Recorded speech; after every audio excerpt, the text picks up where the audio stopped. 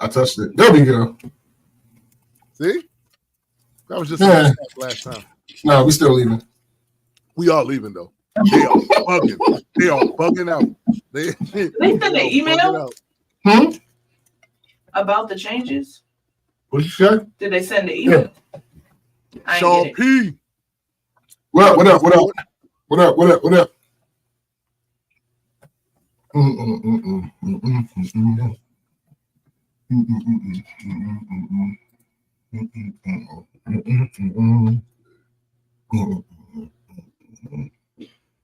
Oh, goodness.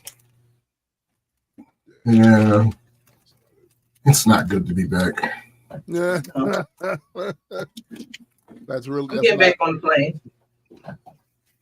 What happens though, Yo, it is the worst. Yo. Like coming back, it's the worst.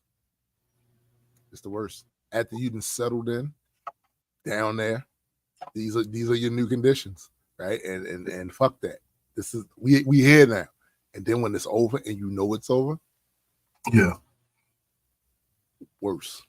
Like I said, that ride back is the most draining thing in the world. It really I'm is. so fucking tired. And it's the emotions of it. Biddy. What up, Betty? Nah, I feel because it wasn't like a tiring trip back. No, but it's tiring. Yeah. It's the expectation. It's just like when you're on your way, it's the expectation. We about to have fun. We about to see this. We about to do that. Mm-hmm. So that got you energized. But on the way back is, we get to go to work and and pay bills and yeah. Oh, yeah. Yay. This bruise on my arm keeps getting darker. Well, at least fucked herself up several times. Damn. She can't be trusted. Wow. You said I got to go in a bubble. The girl in the bubble. Y'all too young to remember that Boy in the Bubble John Travolta movie and shit. Nah. Yeah. From the 70s and shit. Boy in the Bubble. As far as I'm concerned, John Travolta didn't appear in any movies until Pulp Fiction. Jeez. That's hilarious. Anything happened before that, it didn't happen. So not even Staying Alive and all that other shit. No, I don't care for that. Like, I mean, he was there. No, I don't really there. I don't know that John Travolta. That ain't my John Travolta. I didn't know you had a John Travolta. Yeah, Pulp Fiction. Oh, damn. That's the only movie. That's not the only movie. It's not the only movie, but Pulp Fiction, that was my shit. No, well. Pulp Fiction, Be Cool. What else? What was that? The Taking the Pelham 1 to him and Denzel. Oh yeah. Yeah, Taking the Pelham 1, 2, 3. You ain't like him in The Punisher? The Thomas. Listen, I'll say I don't. His performance doesn't stand out to me in my memory. Mm-hmm. I'll say that. I'm not gonna say like him. But that wasn't really one of my favorite. Like, and it was for a lot of reasons. I think Thomas Jane looked the part, and he's great at the part. Mm-hmm. I just think the pacing, the shot selection, scenes and shit. Like, no, that's the Punisher, dude. Like, I wanted to see him kill more people, and he, But when he did that, that little short, that's when I was like, okay, this it was like the Punisher. Yeah. But I don't know. I feel like are you emoting through? Okay. This is how I feel today. Mm-hmm. Oh well, I can relate. Okay. All right. Okay. All right. I can relate. That's relatable. Well, this is how I always feel. This nigga. Fourth wall ass nigga. All right. I'm about to jump into the intro. First, I got to get a drink of water because Oh, Yeah. okay. Me. Mm. Welcome everyone to the Black Culture Geeks podcast. This is my man SPJ. You. This is my sister Chrissy. Hey. And I am Tombstone the Dead Man. And we are just a few geeks talking about pop culture from a black perspective. Facts. Facts indeed. Now, if you pay close attention to the two other people in this podcast, you will note that they have this certain glow about them. And that's because they just came back from... It's because we have lights in our faces. Nah, B. Nah. Oh. Because they came back from vacation. You know, vacation, all they ever wanted. Vacation, happy to get away, right? Mm-hmm. They just came back from that. So they flexing a little bit, you know what I'm saying? They got a chance to get on a plane. All that glitters ain't gold. Shit. Right. Y'all looking golden to me and shit. You know what the niggas talking about? You know what I'm saying? You like the golden child, Eddie Murphy. What is you talking about? Niggas.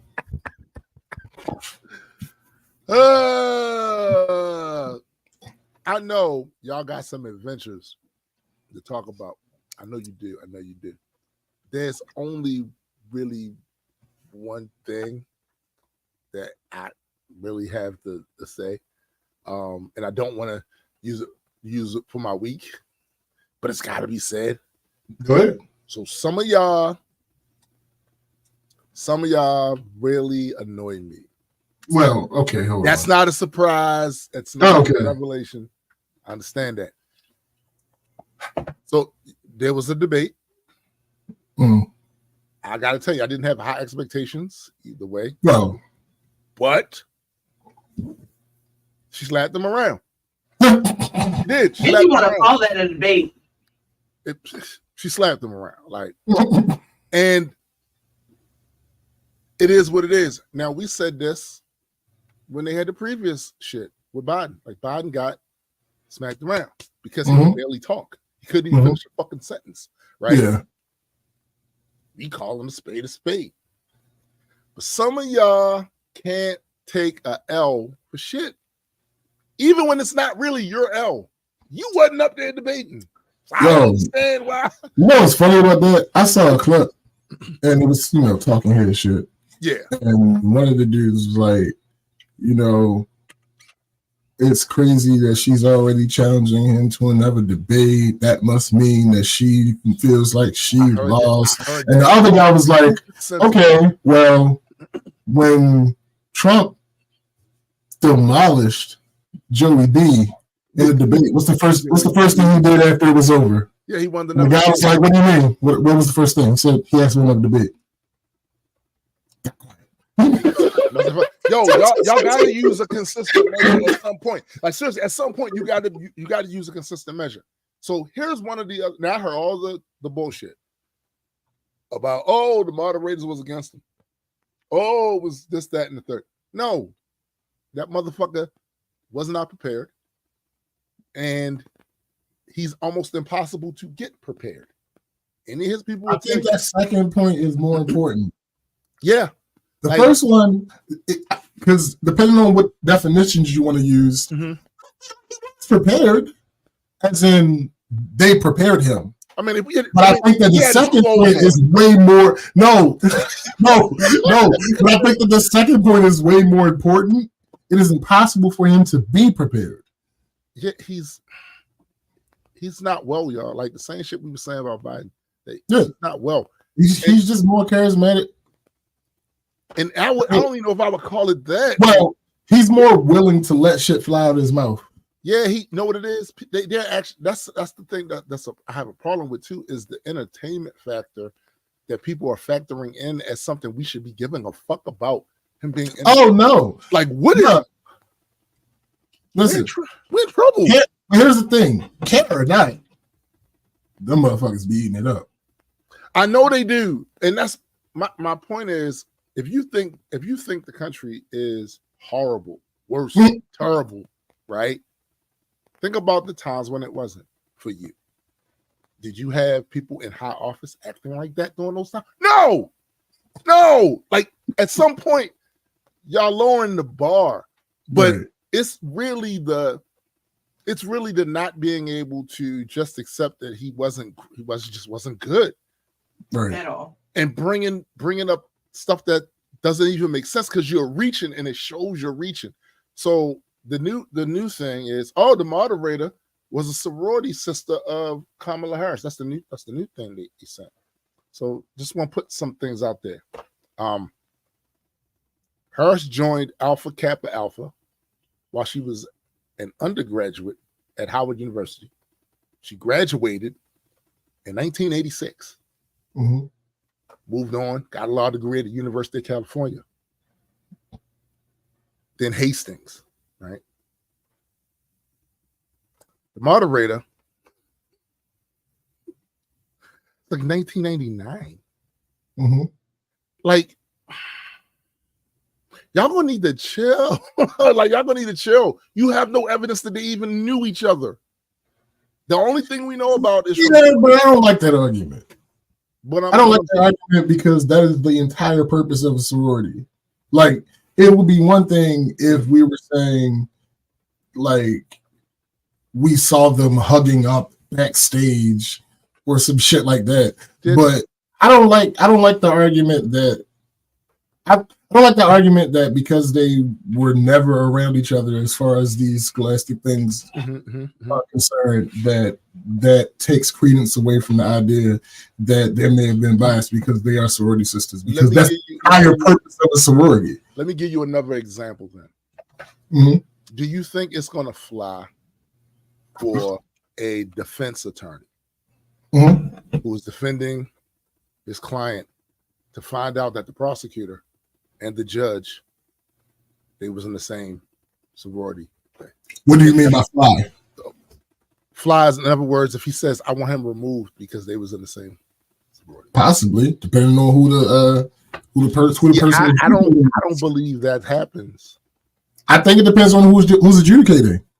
What I'm saying is I don't believe it happens. No, I'm not saying that 100 times out of 100 they'll get that request. Mm-hmm. But literally, like, bar none, that is the purpose of Greek life. That is I get that part. I get that part of it. That is, yes, it's like Masonic shit. Yeah. Masonic shit. I get that. What I'm saying is, these are black women in public life, in professional public life. You're gonna find a lot of them. Hold on. Don't misunderstand what I'm saying. I'm not saying that there aren't other potential reasons. I'm just saying that I hate the idea. It's kind of like the whole thing where, like, there are reasons and things that exist, and I feel like this is the weakest argument. No, you might be right, but that wasn't my only one either. Right. You might be right, but I'm starting with that one first. Mm-hmm. All right. You're speculating on this, and you have no reason other than they went to the same school. That's it. So now we supposed to. So that's Trump's performance, right? Yes. That has to do with his performance. Right. No, he fucking sucked. Nothing to do. It has nothing to do with that. Also, my favorite one was, well, they only fact checked Trump. Why didn't they fact check her? Do you know what fact checking is? Right. And then my other favorite one, it seemed like she knew what was going to be asked and she prepared. I'm glad you mentioned that because that's my other thing. This wasn't an exam, right? Right. They were going to have different answers anyway. And who thinks that in 2024, who doesn't expect that they're going to ask you about the economy? But not even it being 2024. Not even it being 2024. It being against Trump. You knew the things if you've ever heard him speak, You knew the things he was going to bring up. But see, no, I'm not talking about what he brought up. I'm talking about with the questions they asked. These are the topics. So right. You to tell me y'all was supposed to be preparing and blah, blah, blah, blah, blah. Y'all been talking about this shit for the past 2-3 years. And then you somehow you thought it would be advantageous if she knew that they were going to ask about the economy, your record, and immigration when that's all everybody's been talking about for 3 years. Did you really think those questions weren't going to come up? And y'all not going to have the same answers. There's a term for it. Right-wing answer for his shit. She's going to have a moderately left answers for her shit. So how does that give her an advantage? How does that disadvantage you? But again, there's a term for it. Debate prep. Bro. Right. Yes. That's the whole point. He could have did that too. Right. Like these ain't she was prepared. Why didn't he prepare? She was. Can you imagine? Yo, like I watch a lot of these news programs. This is literally the topics being talked about. But you have to take into account. Remember last time we were talking and that report from one of her former staffers talking about it's hard to brief her because she knows everything already. What do you mean? I don't understand. Why is this a bad thing? This woman was a prosecutor. Her entire job was to know shit. Right. How do you think she was doing the pre-buttal shit? Right. She was doing the pre-buttal shit, which is because what she's just from observation, what she's learned, it doesn't help the fact check Trump. It doesn't. After he said it, he got it off. Right. And his folks, they're gonna believe it anyway. Fact checking him doesn't really help. Right. Rebuttal though is diabolical. It's now what he's gonna do. Now what he's gonna do is blah blah blah blah blah blah blah blah blah, and then he goes and does it. Yeah, it's diabolical, right? He was so embarrassing, and of course I don't even support him, and I was embarrassed. Like, what the hell are you doing? And I saw something else too. So somebody complained about the expressions she was making, right? And I was like, as opposed to the expressions he was making. She had black women expressions. Yes. Yeah. All of us. If you grew up being raised by a black woman, if you grew up around black women, if you had a black woman teacher, you've seen these expressions before. Yep. Yeah. I'm just glad she ain't call him a motherfucker. A whole range of them, from the laughing because he's ridiculous to the pity, like, face. Like, she did all of those things. He lost, B. And y'all trying to squeeze an excuse out is pathetic. It's pathetic. And when he went on the tangent about the eating of the y'all gotta. They don't. That's why you see that's why, right? But the one thing that's gotta happen, because the name of this show is Black Culture Geeks, I'm going to just have to put this out there, right? Like Malcolm X said, they'll break your wings and then accuse you of not being able to fly. This is what they've done with the Haitians. And at some point, niggas got to stop letting them do this shit. Got to stop letting them do it. Because these are the motherfuckers that actually fought back and kicked the French ass and got them the fuck off there and became the first black republic in the Western Hemisphere. First and only, right? Right. Like, they did that shit during a time where the transatlantic slave trade was like rampant. And after they did that, all of the Western slave-having nations ostracized and isolated them. France fucking extorted them for $150 million for a young country. It skyrocketed them to poverty for a century. And then after that, the United States invaded and kept that shit for 20 fucking years and threw them in another form of slavery, the forced labor. Then they had earthquake, killed 200,000 of them, and millions of them just out there. They went through a lot of shit, and they continue to go through a lot of shit. So when you see them, it's not that Haiti failed. Haiti was sabotaged from day fucking one. Day fucking one. If don't nobody else give these people some respect, those members of us of the African diaspora should.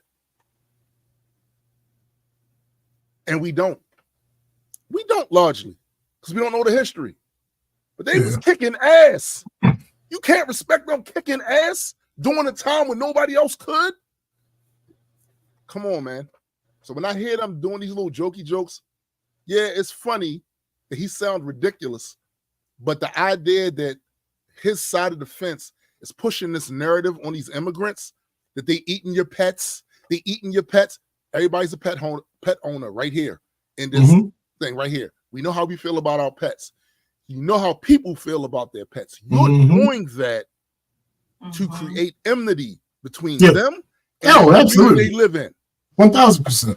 And we already getting reports of bomb threats and shit like that. That shit ain't cool, man. And I know some of you motherfuckers over here have bought into this bullshit about how the Black Americans over here, we need to be isolated away. We are not the same as the rest of the nigga, fuck you. That's some corny shit to let them do that, and then for us to shrug our shoulders and act like, oh, well, it ain't us. You sure it ain't you? Yeah. How many times you got on the elevator? Black man, white person on the elevator, and all of a sudden, white woman, she hold her purse real close. How many times? That's them judging you off of some shit they saw, some narrative they saw pushed on TV about crime, violence, all of this shit. This is the same shit these motherfuckers are trying to do to these Haitian immigrants. It's the same fucking shit.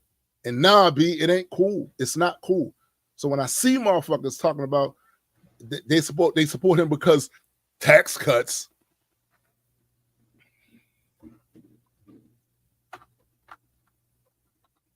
Really?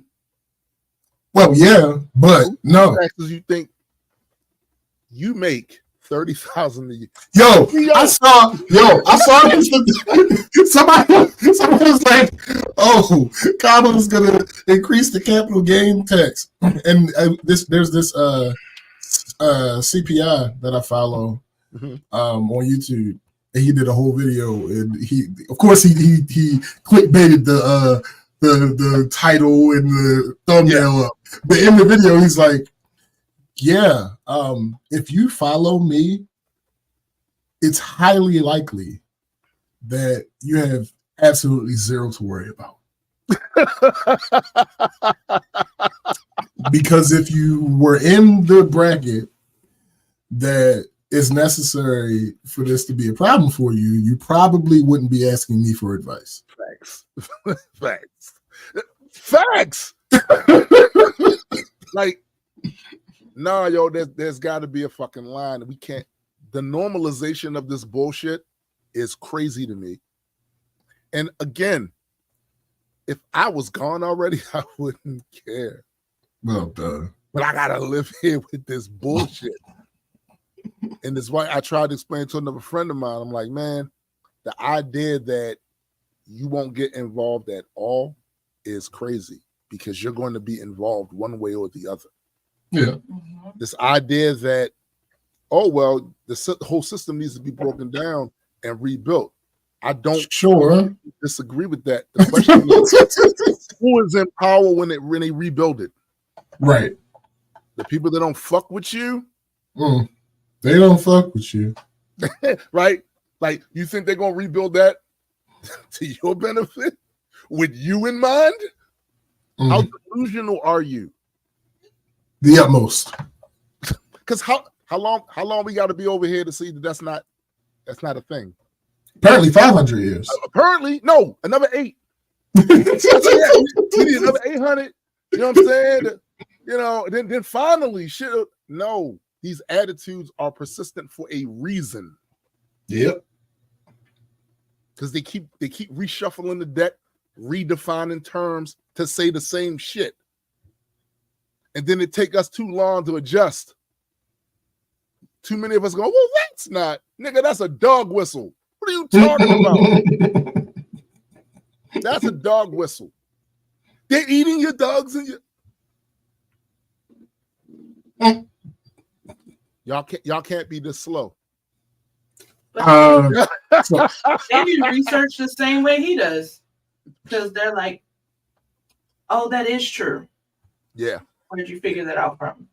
Oh, well, TV said. TV said. How did when you heard? And because he said that, that means it's okay for them to say that. And that's why I say the normalization of it is crazy. Like, right. We the idea that in the space of what I want to say 8 years, 10 years, maybe, y'all have demonized the idea of fact checking so much that now there are legit people that feel offended to be fact checked. Is crazy. That's not a recipe for success, ladies and gentlemen. Right. There was this TikTok video, and the lady was talking about she supports Trump because tax breaks and the taxes have gone up so much since he's been out of office.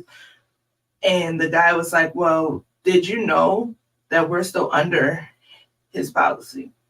And she was like, that's not true. That can't be true. Because he said he didn't even look. He said, good night, ladies and gentlemen. Because he said. Yeah. And I saw it on TV. That was the other thing. This was the TV line he said on the. Yep. Yeah. That's all on the internet. Didn't he sound like every elderly uncle or grandparent who out of it and get all the information from the. But on the TV, the voice on the TV said, yo. Yeah. It's ridiculous. The idea that offends you, fact checking offends you. It's all the fact checkers. Y'all don't even hear how y'all sound. They check it. These pesky things. And the information is so accessible. It's too accessible. Yeah. I think that's the problem. I really do think that's the problem. It's too accessible. Because you know what? If it was like the Ark of the Covenant in Indiana Jones, the adventure of trying to seek the truth, I make things appealing. Guts. But the fact that it's on a plate with garnish and an apple in his mouth, and croutons and shit. All right. Damn, I'm hungry. And look, the fact that they present this to you, you go, I don't want that shit. That's facts. How do you and your facts? I just want to remind everybody, most people here already know this, follow me for a while, musically. I've been saying this was going to be a problem for a long time. For a long time. You can go back and find all kinds of fucking former posts from 9 and 10 and 12 years ago, like, yo, there's something bubbling under the surface. These motherfuckers are running from facts. They don't like the facts. There's a problem with that, and all it took is for one influential person with a big dumbass mouth and some clout to all of a sudden make facts the bad guy. Facts are the bad guy now. This is why the wise men leave society and go up on a mountain and get the fuck away from y'all. This is why. That trope, every time you see where's the wise man? Oh, he's at the top of the mountain there. We gotta go up there and get his. This is why he gets the fuck away from y'all. Right there. That's it. What? This is what, like this shit is horrible. Look, again, do what you want to do. I honestly don't give a fuck. But what I'm gonna say to you is, the one thing I'm going to ask is, please wait till me and mine are gone before y'all crash the fuck out. Please. I know y'all want to crash out. Y'all begging to crash out. Too many of the arguments I've been hearing about letting the things, y'all begging to crash out. Please. Crash out. Just wait till me and mine are gone so we can be looking at this from... And I can be like Trump and be like, on TV. It was on the TV. It was on the TV. Man on TV, they're eating dogs. The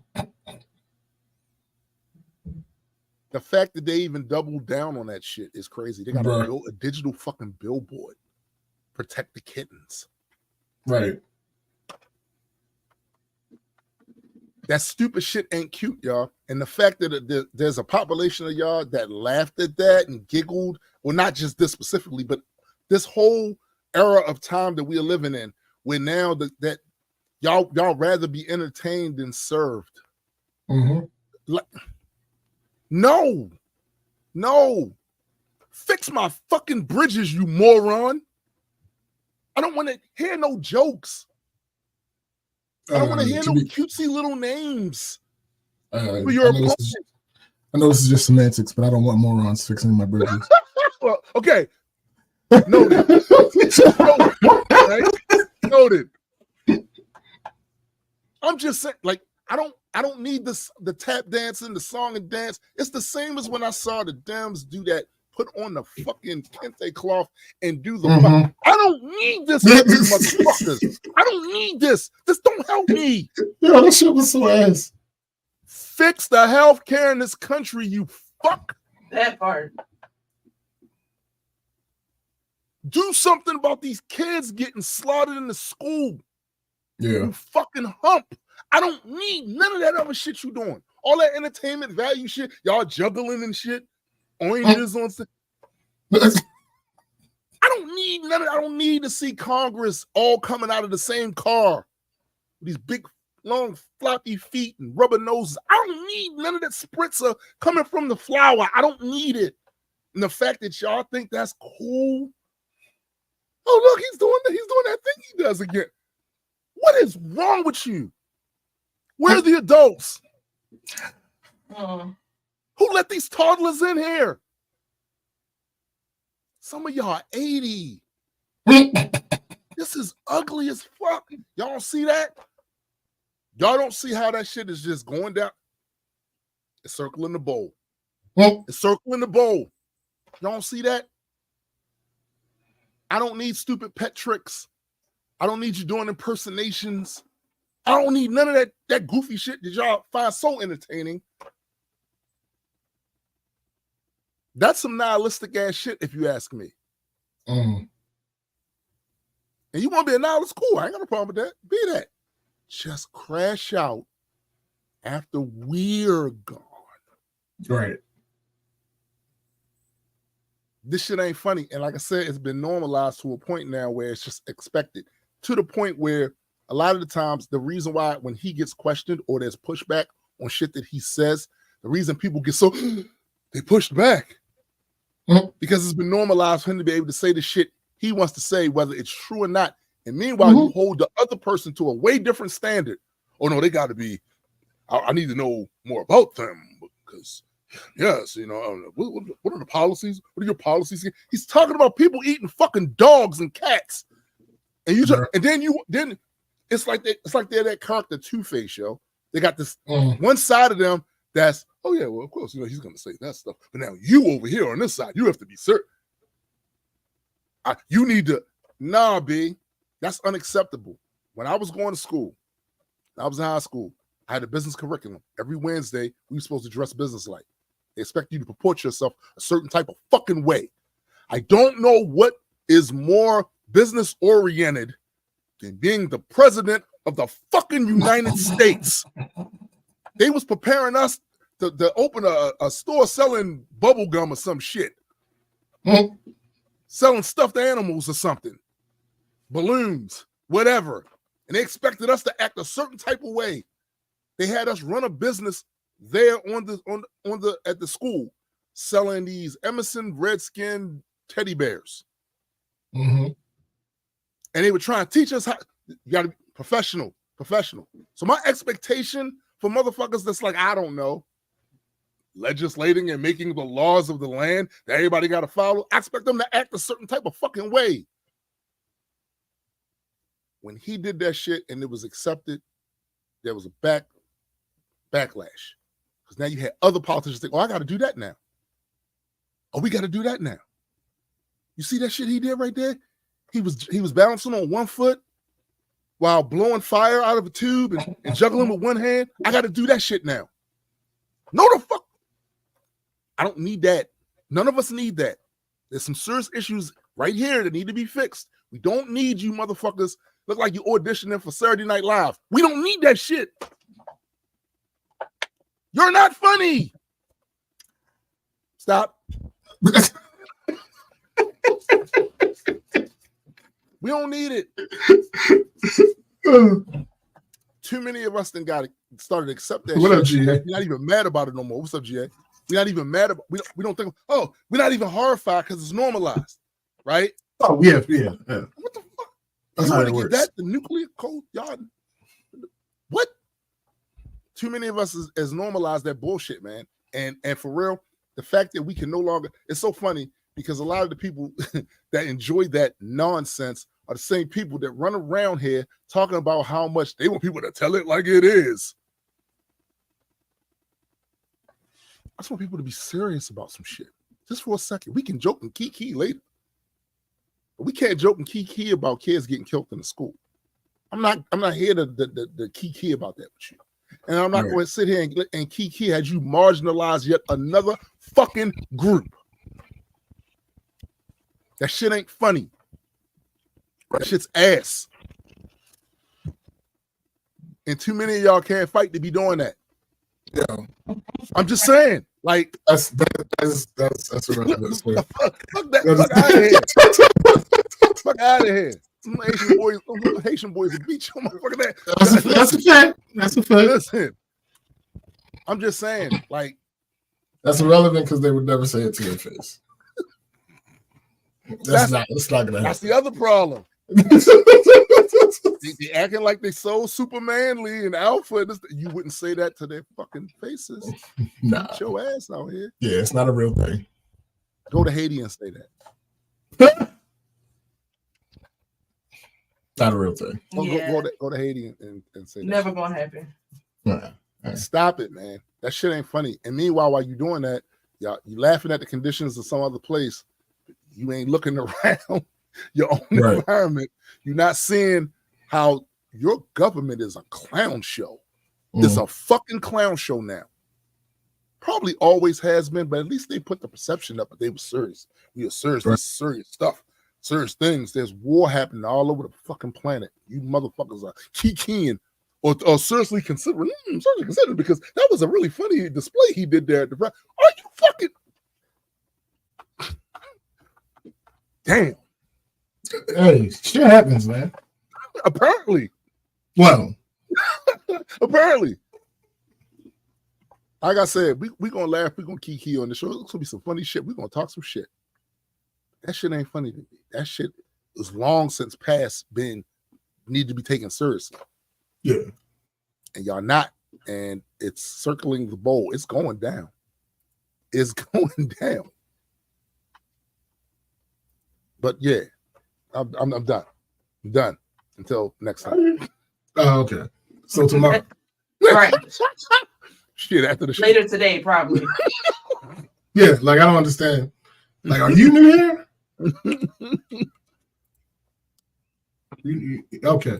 So couple stories before we get into all of the come on now. God damn it. You over there messing up.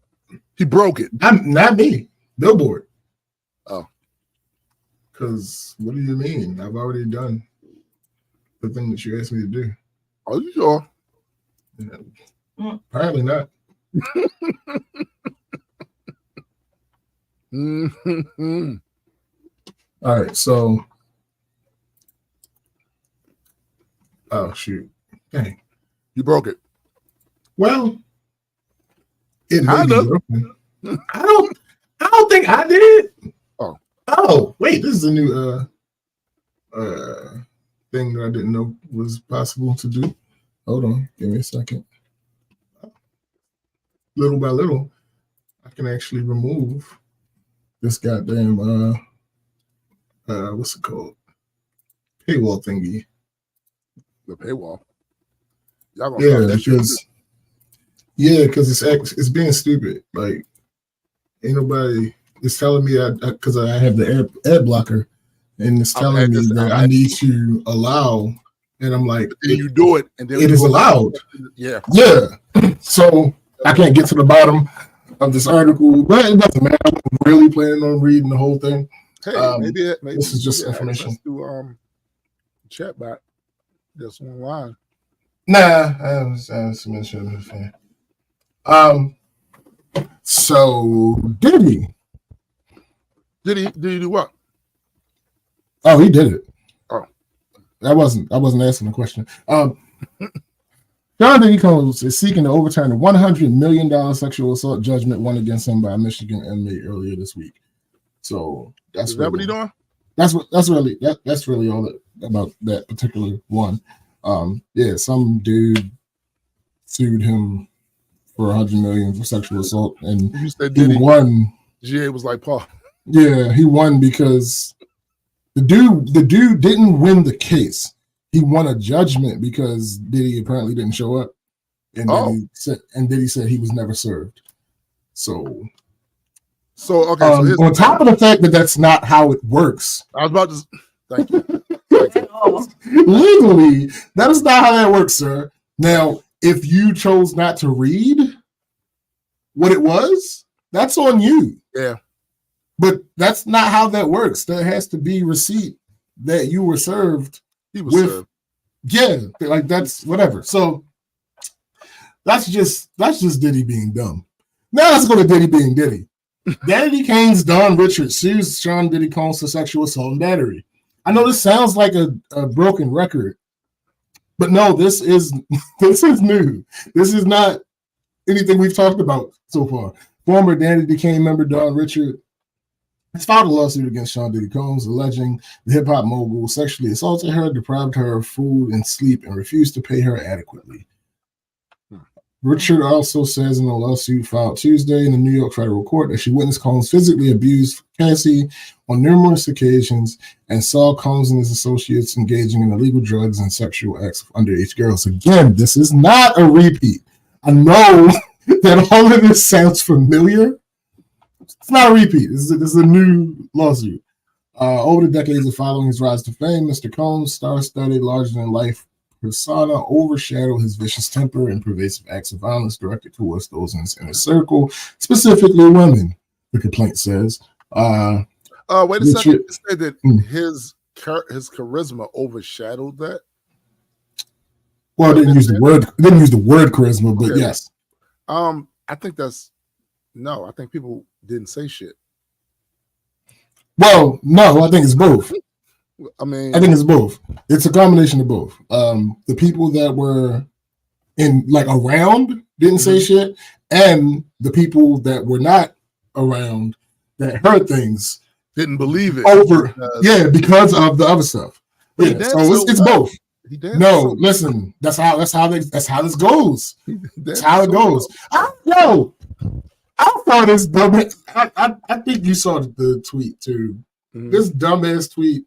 I wonder if I can find it. I think it was it while I was on vacation or it was right before vacation. It makes me feel a certain type of way because I feel like as skilled of an MC as I feel I am, I feel like I must not be that great because nobody lets me get away with shit. Well, no, as long as I'm around, you won't get away with a goddamn thing. Let me see. I had seen somebody say, "Yo, said, Judge, fuck him up." Just funny enough that I'm scrolling, given what we were just talking about. Somebody said, just FYI, when there is asymmetrical line, there will be asymmetrical fact checking. No, stop. You said the F word. You said the F word. Oh my God. Where is this goddamn? Because I don't want to misquote it. Blah, blah, blah. God damn it. something. Oh, the other Michigan information on the other thing that I just talking about, the article that I couldn't fully read. Michigan prisoner Derek Lee Cardello Smith wins the $100 million default judgment against Sean Diddy Combs in sexual assault case. So that's what that was. Where we at? It was before the next story, and the next story is actually previewing to the next story. Did y'all forget when Wayne said racism doesn't exist? I remember that shit. Yeah, I a remember that. thing. I remember the, shouting out the police. I remember Found it. So this reminds me of that little block about Diddy. Some dumbass says, "Can we listen to R. Kelly again, or has he suffered enough yet?" All right. Richard said she was sexually assaulted. Witness Combs abused Ventura. We don't need to go into the details of that. Richard's father confronted Combs. Complaint said, finally, somebody involved in one of these stories did something. Richard says she is owed.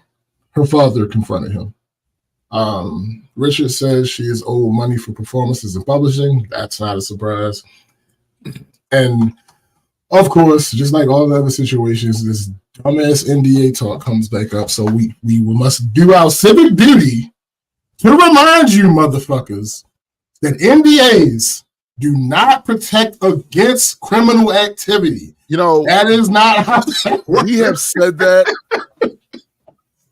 several times on this show. I know our reach ain't that right. far. That might be a problem. Maybe we should put some money together and put it on a billboard, a digital billboard, like we did the whole eating kitten shit.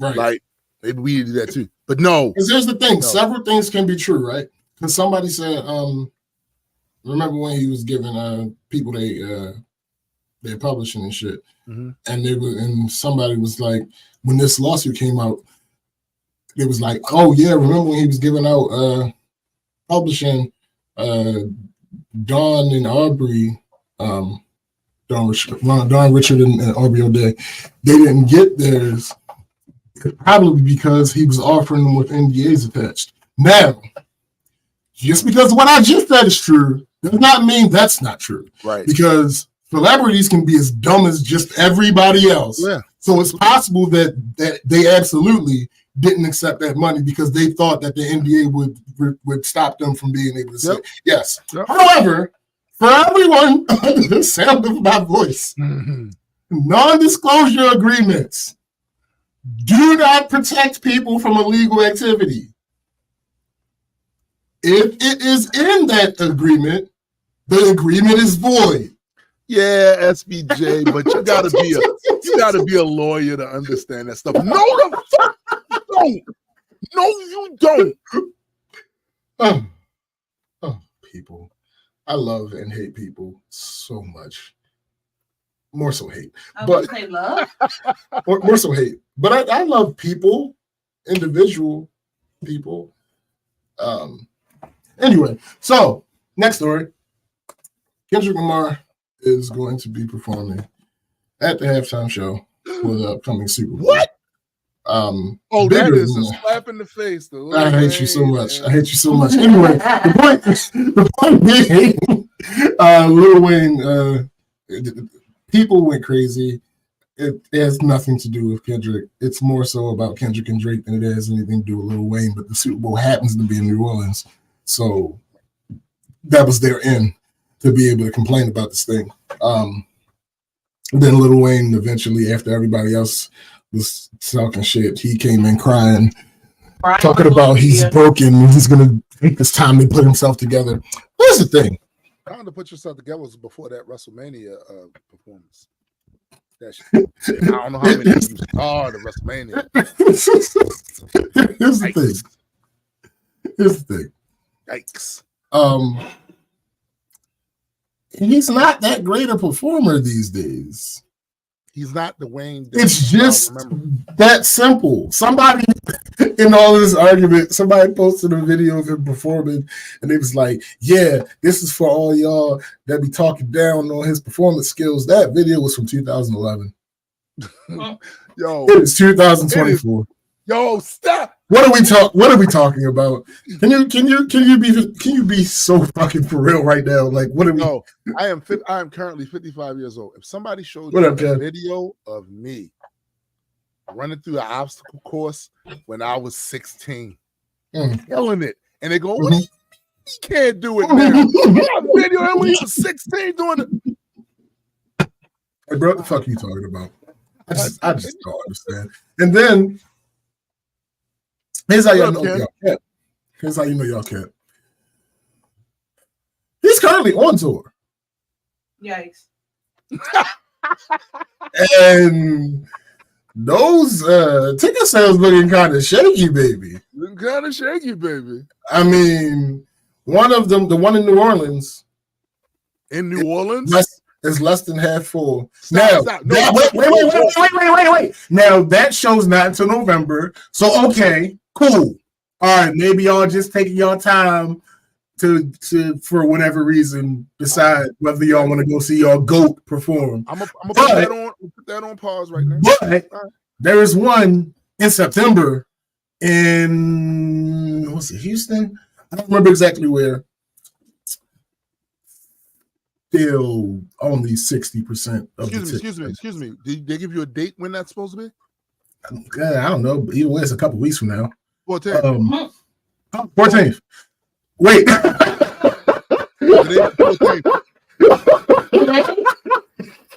I saw the picture 2 days ago. Today's the 14th. It was only 60% sold. If anybody wants to go, today. Unless you motherfuckers. So you don't got to worry about scalpers because they got tickets sitting in the goddamn box office. It's like what are we talking about here? Like, yo, it's confusing. All of this is confusing. Because did we all have the same year? No, apparently not. Nah, clearly not. There's no way. We couldn't have. Nah. I submit that each of us exists on a slightly by like fractions of a degree. Yeah. Slight sectional fragments of a degree. It might be true. In different parts of space-time simultaneously. This could be it too. They love him so much they don't want to see drug out of perform. Listen, means that you shouldn't be trying to push him into the Super Bowl halftime show headliner spot. You love your man, right? Headline is crazy in 2024, particularly since they have songs together. Yeah. Before this happened, you would have had a potential opportunity to see Wayne on that stage. But now that he came out with this goddamn video crying, and at no point did he congratulate Kendrick, right?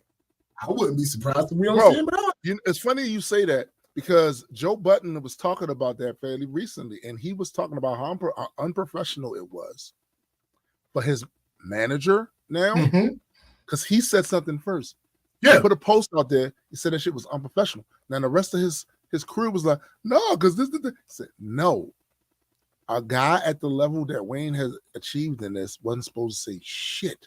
Correct. The time for you to do the politicking on your behalf was before all of this. Yep. Before all of this, you were supposed to do that shit. After it's done, don't say shit publicly. At the point where Wayne was talking about, the Super Bowl's in New Orleans next year, that is when you should have been putting out music, doing shows, all that other type shit to make your case, so that by time early September this year comes, you would have been considered potential. You would have at least been on the card somewhere that had. And the thing that all these motherfuckers are overlooking is The city where the show is hosted has the final say on who performs. They are given a list, right, and the order in which the NFL would prefer, and the whole city makes the final decision. His city said no. We already noticed this, that people aren't going to check. Of course not. People are not, of course not doing research. Of course not. Their emotions are telling them. Instead, everybody blaming Jay-Z. Everybody blame Jay-Z. Right. I'm gonna tell you this.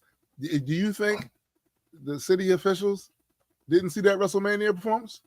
You stupid. That's funny. Listen, bro. You know how many people watch WrestleMania?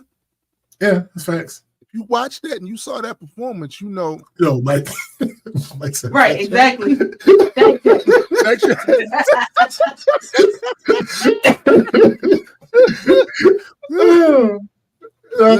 my part. That's there. It's a whole thing. When I first go ahead. Heard this, I don't watch Lil Wayne's performances now, but the last thing I remember was The Masked Singer, and it was 2020, and he was the first one out, and he looked and sounded horrible. Yeah, and I understand that they're in a mask because he started talking about all that. It was hard to perform because it was so heavy. Right, but he was awful, and I only imagine it's gotten worse. It definitely has. Like I said, if you saw the WrestleMania performance, I'm looking at him like, what the fuck? Really? I'm keep it real with you. His performance in that video where he talked about how he was broken was bad. What I'm saying to y'all is he don't be looking good. And look, I get from the people that know him, there was a part of me was like, well, I understand why you would defend, but now no, because you know him, you see what he's looking like now. I'm not letting this nigga get out and do anything crazy. I'm thinking he ain't. No. Here's the thing. I don't give a fuck what he look like now. I'm judging this based off of the things that he said. He had specifically said that if he was on the Super Bowl halftime show and he was headlining, he would not have anybody up on that stage with him. Yeah, he said that. He did say that. So I'm not rooting for your monkey ass to be up there. Like, why the fuck do I care if you want, like, nobody else from New Orleans? Like, what? He's showing y'all right now. That's showing y'all right now, right? So he's with that shit. I just don't understand all the things he said. And people want to talk about, oh well, y'all gonna blame him for the things that he said. A white cop saved his life and blah blah. Cool. Talk about that. Talk about that one white cop. Yep, classic example. The third owner of Majestic Comics is Joseph Arnold. Joseph Arnold used to be a cop, and I used to always say, I know him. I can speak for him. Right. I know that he is the type that want to help motherfuckers. Facts. To the point where it got him in trouble a couple of times with the police, with his job for trying to help people. I can speak for him. Yeah. But for you to be so stupid as to try to apply what that one cop did for you and erase everybody else's experience, fuck you. Yeah. Fuck you. The whole I'm rich and I'm black, so that should tell you what America thinks about black people. Wait, what? What do you? And you know how bad that argument is? As bad as that argument is, there are people who, if you use that argument for any other thing, would call you out on it. Because they're looking for a way to absolve and excuse the horse shit that then took place in this country over the last 400 years. They'll allow it. They'll allow it. And it's like, what are we even talking? And then not even that, right? Like, because the argument could be, oh well, you know, I don't follow the artists that I like that. I don't listen to their interviews. Oh, okay. Beat it like a cop. Emmett Till, baby man, I beat it like a cop. Those lyrics. Those are lyrics. Those are lyrics. So I don't. What do you? Hey, hold on for a second. Can I quote my man? This is my homeboy. I know him for over 20 years. Lil Wayne let out a heartfelt message saying it broke him not to be selected to perform at the Super Bowl. Damn, Wayne. I felt that way when you said racism doesn't exist. I suggest you do what I did. Go to work tomorrow and keep it moving. Yeah. Facts. Yeah. Oh, facts. Do that. Do that. I don't want to hear the whining. I was broken. Can I ask y'all a question? Did he or did he not get his money from Baby? Go cry into your pile of money, nigga. Hey. Cry into your pile of money. Do that. Hey. You all right. Yo, if you feel bad, take a trip. See these two people right here? They just came back from a trip. They ain't got a quarter of your money. Nah. Go take a trip. Yeah. Get some sun. Yeah. Go. You look terrible. Like, Awful. go refresh. You don't need to be doing no Super Bowl, nothing. How about this? Work on your health. Get back on your horse. Start rapping again and dropping some bangers and doing all this shit. Then live long enough. Take that syrup and pour it out. Live long enough to try it again. Yeah. Mm-hmm. This ain't your year, Playboy. Right. What was the last thing he released? I think he released something this year, didn't he? I couldn't tell you. I don't listen. He was a feature on something like that. Nah, listen. There's nothing you couldn't pay me to tell you the last thing. I've never really like. No, that's not even important. The point is, he's a legend who is sullying his status. Yes, it's just what it is. It's simple. It's that. It's just what it is. So that's the disappointing part. Yeah. Right here, Mike. Right here, Big Mike. Right here.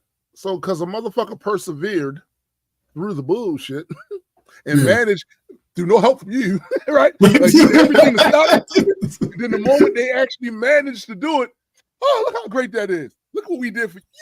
No motherfucking thing. I had to fight all my life. I had to fight. Okay. All right. What are you talking about? What are you talking about? All right. Kung Fu Kenny. You need to relax though. Wayne, seriously. I've personally never been a fan. I'm not saying that I didn't think you could rap. I think at some point when I heard your shit, friend of mine, let me hear some of your newer shit beyond the Hot Boys that I was like, oh yeah, the nigga can rap now. But I've never been a fan. Right. But I'm saying this serious to you, even though you cooned out on me. But a lot of that shit you were saying, yo, go rest. I just had to look it up. He released a song on the 6th. Of what? This month. Nobody's talking about Can't Hold Me Down. Featuring Doodles and Kyle Rich. Man. Yeah, I don't know. Oh, I know he did have a song with Flau'jae. Earlier this year, right? Yeah. Yeah, he had a song with Flau'jae. That was probably fire too. I ain't heard it yet, but she fired. So yeah, I saw that. One of the things about Wayne is he's a lot better, in my opinion. The Wayne stands will disagree, but in my opinion, Wayne's better when he's on the track with other people that are good. Mm-hmm. So features on that Flau'jae song, he probably killed it. Probably is. He probably is. Listen. What up, sis? What's up, sis? We not gonna act like you didn't do what you did. No. Never. Like on both sides. I will never act like you ain't on some. You made the song Mrs. Officer. You got niggas out here trying to glorify police officers. Again, all of this shit is not just interviews. Right. It's through the lyrics as well. And then I'm never going to forget all the dumb shit you say in your songs. Yes. Like that has nothing to do with any socio-political just say dumb shit that don't make sense. You have venereal disease like a menstrual bleed. Like, no. I'm never. So we were just talking about that. Like, chill out. Like, chill out, man. Like relax. Relax. Get somebody take your dreads out. Let them breathe a little bit. Put them back in. No, don't put it back in. Wash Put it back in. Wash your Is face. he gonna get like that again? No, not like that again. Don't let him get like that again. Yeah. No. Wash your face. You know what I'm saying? Definitely wash your face. Tie your shoes. It's shit you can do in the interim, right? I'm just saying. I'm just trying to help. It's shit you can do in the interim other than be up there, bathe, shower. Don't bathe, shower. And you made it harder for you to ever headline the Super Bowl. Yes, at this by point. doing that. That's why I said don't say shit. Yeah, tell your man just to fuck up. You don't say nothing, and you get back on the horse, hit that treadmill, like get your shit back, and then you make a serious run, and have your people say, "Look, this is on the vision board. I'm going to be doing the Super Bowl next time. Yeah. So this is what all of us need to do to get me in a position to do that." Yeah. But waiting at the last moment to then come out and closet hate on Kung Fu Kenny with shit like that. Nah, B. And I don't care how many people put a battery in your back, because some of these people that put a battery in your back was running right here talking about vaccines make your balls get bigger.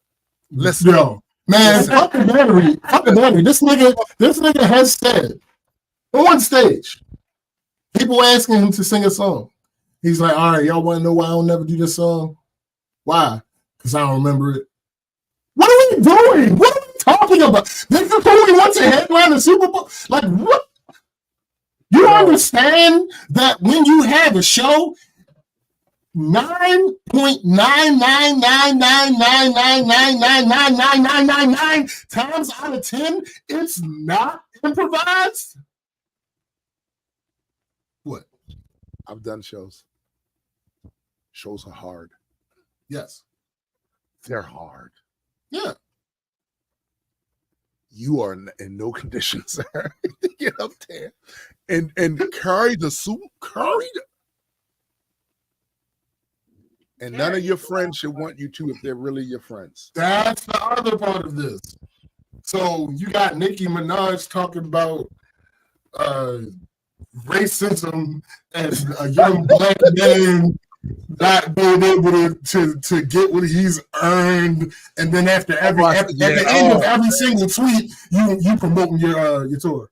She promoting her tour every single tweet. Each of those tweets. Not a single one of those tweets had nothing to do with her. Every single one of them, at the end, she's promoting her tour. And then saying goofy shit like God gonna punish you because you didn't want Wayne to. Yo, like what are we talking about? Y'all be doing a lot right now. Like y'all really be doing a lot. Baby talking about something on Miss Gladys. Miss Gladys, I don't know if his mother dead or not. But if she is, she rolling over her grave all the shit you be putting on the baby. And if she not, she rolling over on the couch looking like, jeez, nigga. This shit. Like, tell him to bring his ass over here so I can give him a meal, a real meal. Fuck out of here. Oh God! Like, what are we talking about? This is the episode of embarrassment.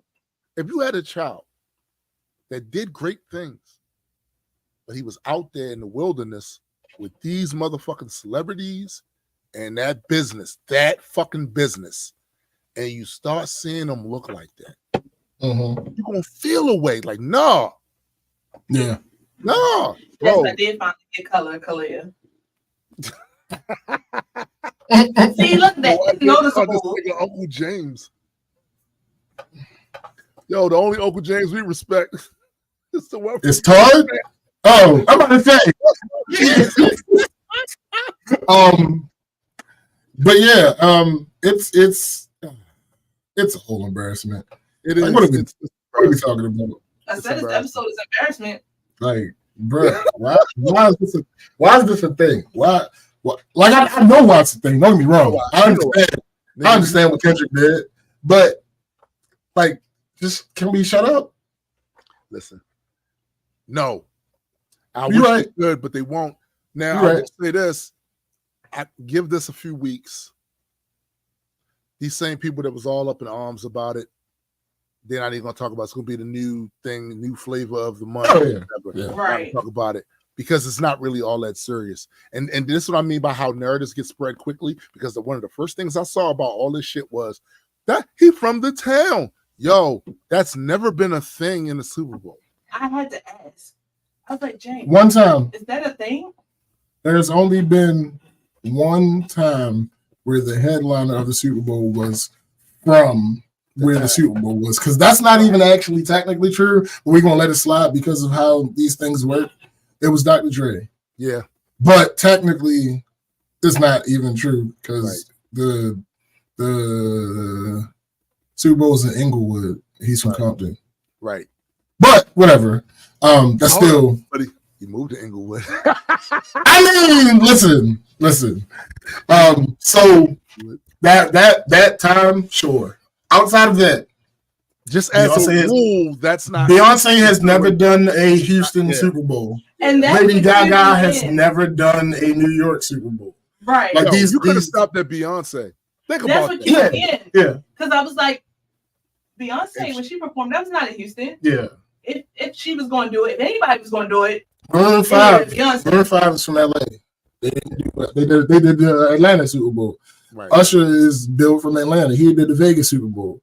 Like, but you so see it's not a thing. All it takes is some emotional movement towards a narrative. What I was saying. Everybody starts saying, "Yeah, how come?" That's not what's been the case, and now y'all acting like it is. And then that's what I mean about manufactured outrage.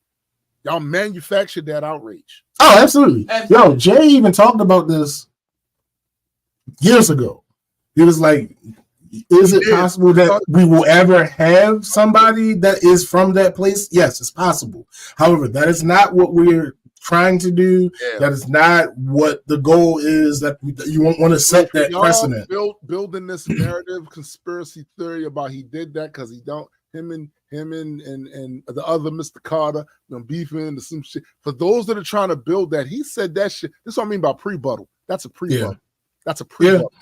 Said that shit years ago. That's not really how we do things. So y'all need to. I need y'all to be on quiet time. Yeah, they can't. It's not gonna happen. The people it'll be great that are dumb have the most to say. So I mean, it's never gonna I got a theory about that because it's more of them. We used to think, oh no, it's a town idiot, but everybody else cool. No, nigga, no. Well, no. See what happened. I have an expansion to your theory. So I think what happens with that is you always had more people. That was always the case. It wasn't just that they're able to find each other now. No. Yeah. It was always the case that the higher percentage of the population was stupid. It's just that the people who weren't, that had the gravitas to be able to say and manipulate and do things, they were responsible for a certain amount of the dumbasses. Right. And since also they were separated, if I happen to be one of those people and there's 5 dumbasses over here, I can override those 5 dumbasses. Yes. Potentially. But once I step onto the internet and that 5 is 7 times 70 times 74 times 35 times 1,000, it's World War. It's nothing I can do. Yeah, there's nothing I can do about it. And plus, the internet made it easier for them to find their leader. Yep. Look, hold on. I'll be able to hear you. Hold on. It's a whole thing. So much nine coming out of SVJ sound like a German World War II. We're not going back there, Mike.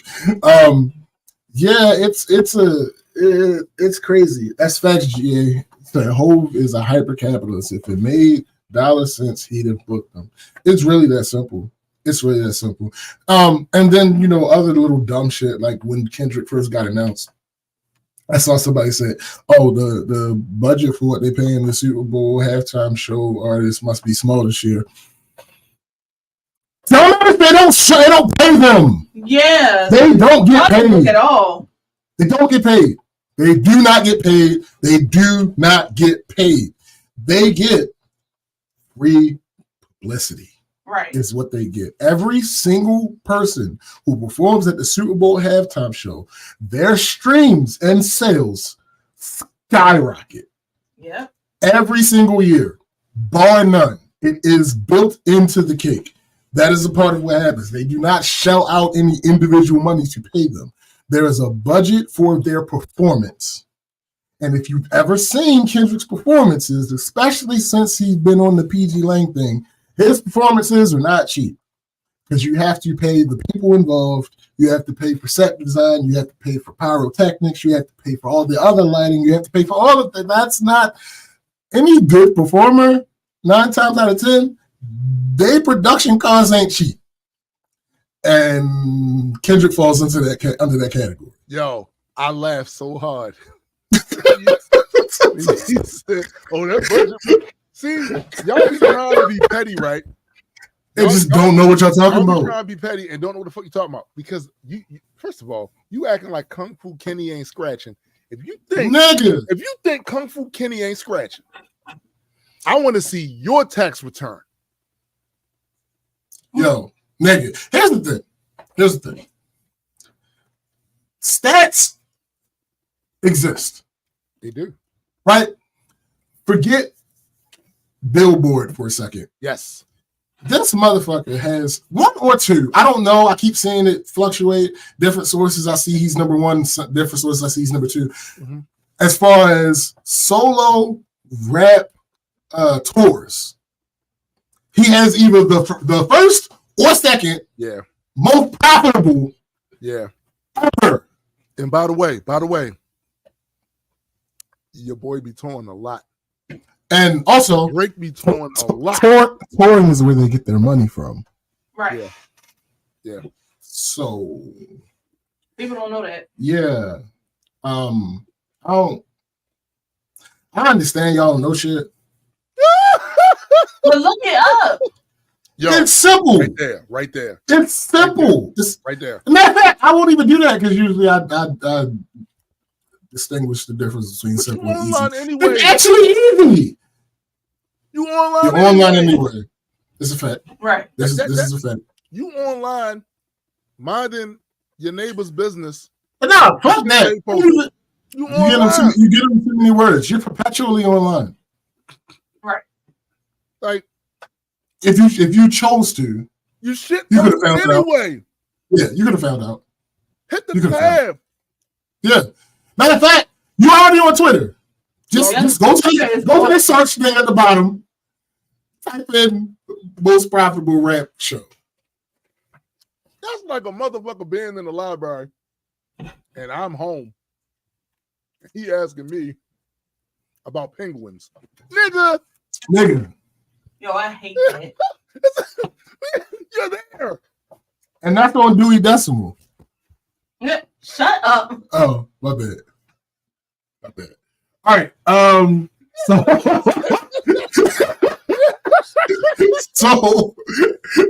now it is time.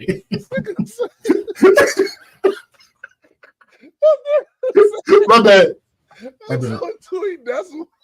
I'm just saying, my guy. So, I'm gonna go first because my week is nothing compared to you vacation folks. I mean, it's just not. Come on. Okay. This week, talk to my mom. Me and my sister talk. Certain things we're gonna have to do. Because you got to protect your folks. Okay? Your folks, when you was little, protected you. Made sure you ate. Right. Made sure you ate. Made sure you had a roof over your shoulders. Looked out. Stop you from hurting yourself. Doing some goofy shit. Right? When your folks get older, they're going to need your help. Part of that help is not letting people take advantage because they're older.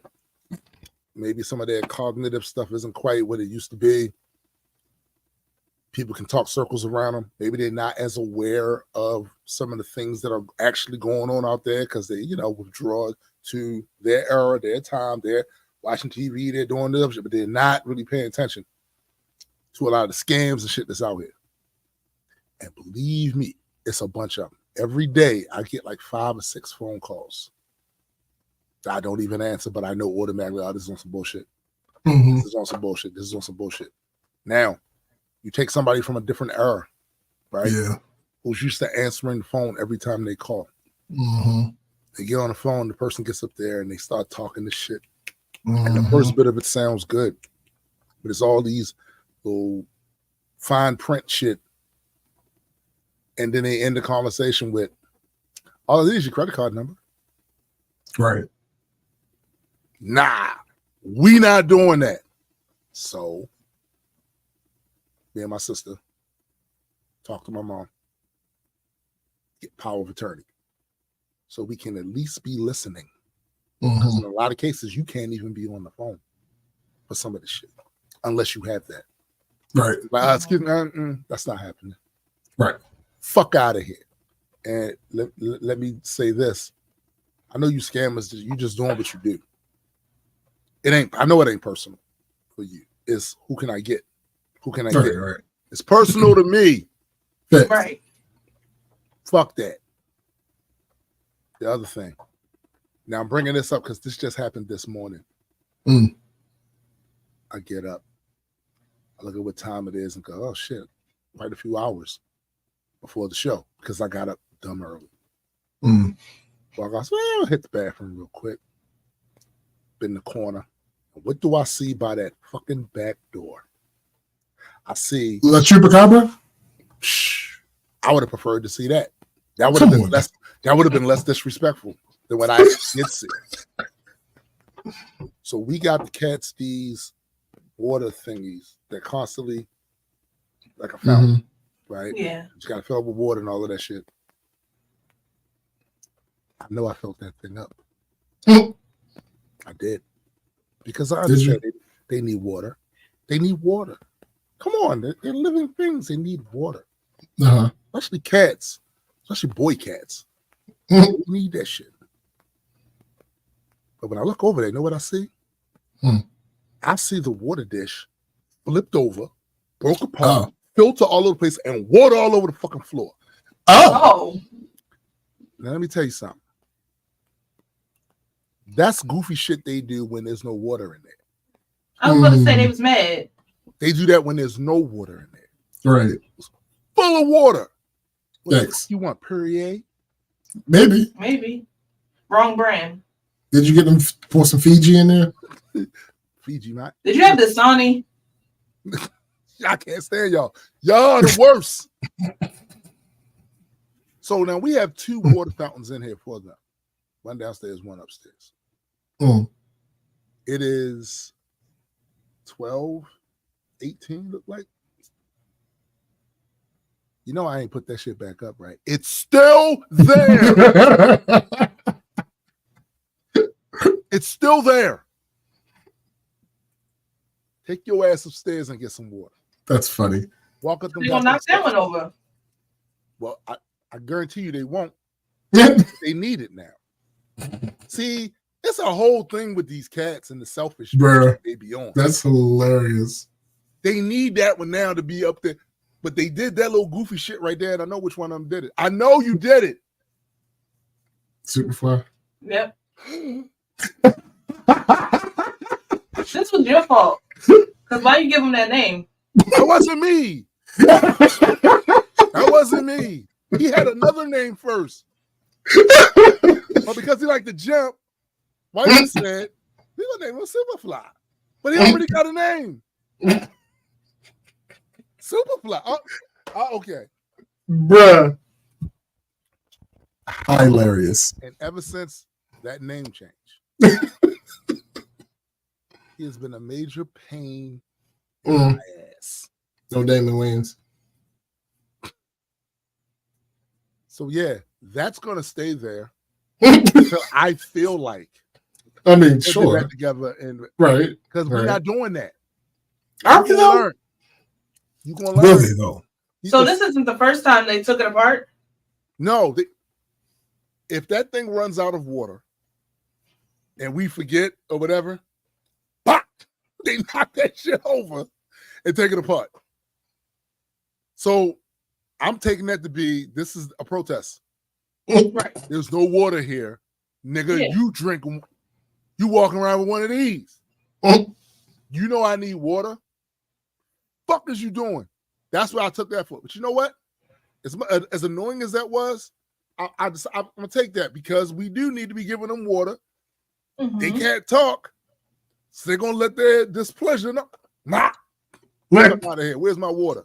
Was the filter clean? Filter. I just changed the filter. Oh, well, Let me shit. tell you something. That was disrespectful.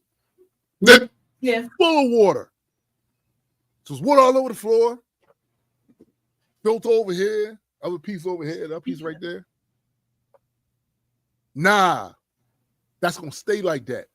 Yeah. That shit might be like that till like 7 o'clock this evening. Bruh. Take your ass upstairs and get some water. Swallow. Spit. Disrespectful as fuck. Hilarious. I'm just saying. Hilarious. Had another doctor's appointment. They want me to do some more blood work on Monday, right? To see if those were outliers, right? Right. So we're gonna do that. But what outliers or no, I still have to change shit because I can't be 55 eating like I'm 25. Unfortunately. Yeah, right. I mean, it sucks. But GA says, what color is the bowl? He might be banging now. Yo, that bowl is white, yo. That shit is white. Hey, come on, B. You can wear white in LA. Like, he was bored. Man, you know what? That's really what's happening. Where's his toys? Everywhere. Oh. Everywhere. When I say his toys are everywhere, they're everywhere in the sense that the things that are designated as toys for him are strewn all over the floor somewhere. And the things that's not designated as toys for him, that he still will play with, still will mess with, still will chew, still will scratch, still will lay on. Right. They're everywhere.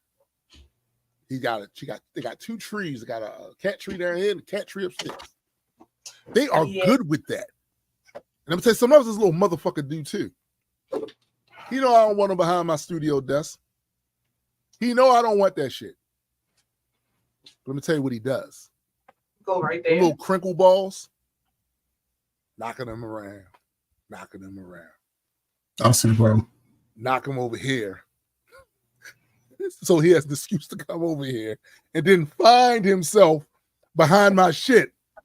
I'll see the problem. And then on it, you know why you don't see a problem? I'll tell you why you don't see a problem. You got a door in your studio. No, he don't even be trying to come in. No, seriously. Like when I come in or leave, if he happens to be in the hallway, he will just sit and look. Like sometimes he'll like walk and like try to look inside, but he will make no attempts to actually go into the studio. It's coming. It's coming. And on that day, the door will be shut in his face. But he has no interest. For some reason. It's the weirdest thing. Like, you know the door close thing that you say, that you talk about with them? He has that with other doors. This door? No. He leaves it alone for some reason. It's the weirdest shit I've ever seen. Hear my word. I think it's too hot in here. He is coming. He started doing some other shit that I don't like. But like just being there in the way and shit. Well, kind of. That's kind of what it boils down to. He's getting big, so he is kind of in the way. There's no stopping what can't be stopped. No killing what can't be killed. He's coming. Y'all, he's lulling you. This is what I mean by lulling you into a sense of security. So these cats, we don't have our outdoor cats anymore. Right. Child's gone, Zora's gone. The birds and squirrels know it. They want some Steppenwolf from Justice League shit. No protectors here. No Kryptonian. No lanterns. They on that shit, right? So these cats love to pretend they have no interest in going outside. Bro. Please. So gauche. Outside. Fresh air. The little butterfly. Every so often, you open that door. Yo! I'm telling you, this is the long con. This is the long con. He's lining y'all up. I'm telling you, mark my words. And of course, when it happens, the day it happens, that following Saturday, you must report to the class. I'm only going to report if he makes it in. Because that's the only important step. No. Nothing else is important. You made it about the desire. He has no desire. It's the truth. Yo, nigga, I'm just telling you. If you think about how every day, at least once a day, this door gets opened. And thus far, how long have we had him? The long con. Since July. So in these 2 months. Listen, half of the behavior I see from Superfly, we ain't see for a whole year. Listen, he's coming. Be prepared. No, there's already preparations. I've already taken into account. It's just that currently none of the preparations are necessary. Okay, I hear you. That's all I'm saying. I hear you. Nigga, it's a cat. There are wires. That's a match made in heaven.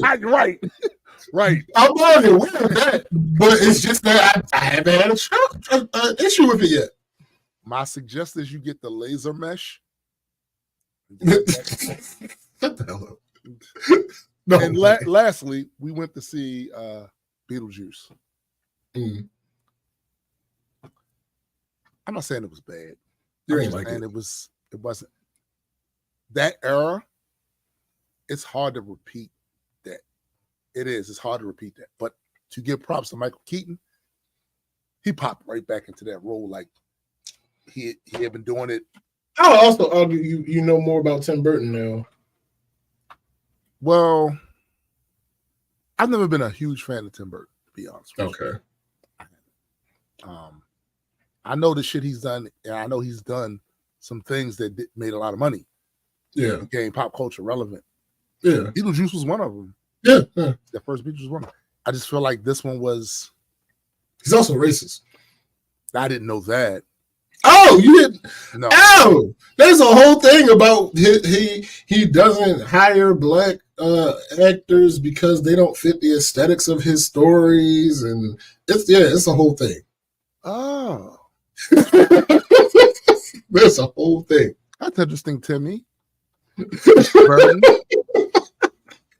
That's interesting. And you know how dumb people are. So somebody was like, "Oh, they're always talking about Tim because of Beetlejuice." It's like they always talk about Tim Burton not hiring black actors, but they don't say anything about Jordan Peele not hiring white actors. Get Out had maybe 20% to 80% white actors in it. Right. What are we talking about? That doesn't make any sense. That doesn't make any sense. The only movie where that really tracks is Us, but there aren't that many people in the movie. Yeah. All right, Big and Mike. they're real white people. Right. The other families. Right.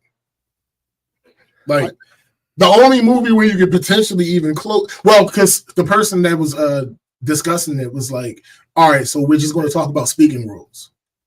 So the closest movie that you could even make that claim for is Us, but that's because it ain't a bunch of people that talk in that movie. No, it's not. And the white people had a speaking role. Right.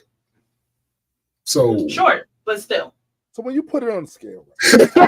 Oh no, because the context is important. What's the other movie that came out? Put it on scale, right? The History of Hollywood. Mm-hmm. Versus the history of black people being in anything other than pushing right fucking mop. Right. Facts. Or the stick-up dude with the nylon shit over his face and the gun going, yeah. Or Dirty Harry with the I got to know. Right.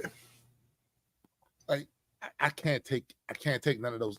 These false equivalencies be crazy. Yo, Jay said word burns all Tim Burton. Not stuff, just literally Tim. Facts. Facts. Y'all know how I get. Yeah. I mean, but yo, when I and it was one of those things, funny enough, apparently just like you, that I did not notice until somebody said to me. Mm-hmm. And then I started thinking back, Edward Scissorhands. And Nightmare Before Nightmare Before Christmas, and Beetlejuice, and all this other shit, the Corpse's Bride, and all this other shit, and I'm like, oh wait, yeah, no, I wish I had known that. Nary a black skin. Well, unless it's actually black, because all this shit is gold. Yeah, but there was a few people, those ghosties in there. There was a little actually black shit. They were burnt. Yeah, right. But yeah, no, Tim Burton, he'll mess with our kind. You'll get nary a dime ever again. Facts. You won't. Facts. Yo, keep that. You should have kept that to yourself, Playboy. You might have got him. You know what's funny about that? You know what's funny about that? I don't remember the context under which he divulged that bit of information. I don't remember if it was an interview and somebody was asking him. He took the bait. I have to imagine he took the that. Somebody asked him, because why the fuck was you volunteering? Yeah.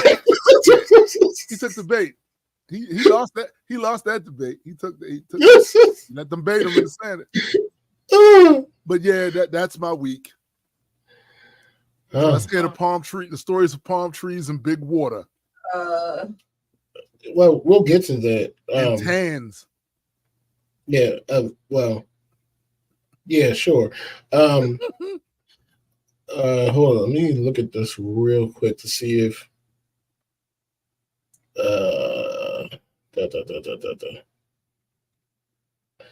just because yeah, we got time.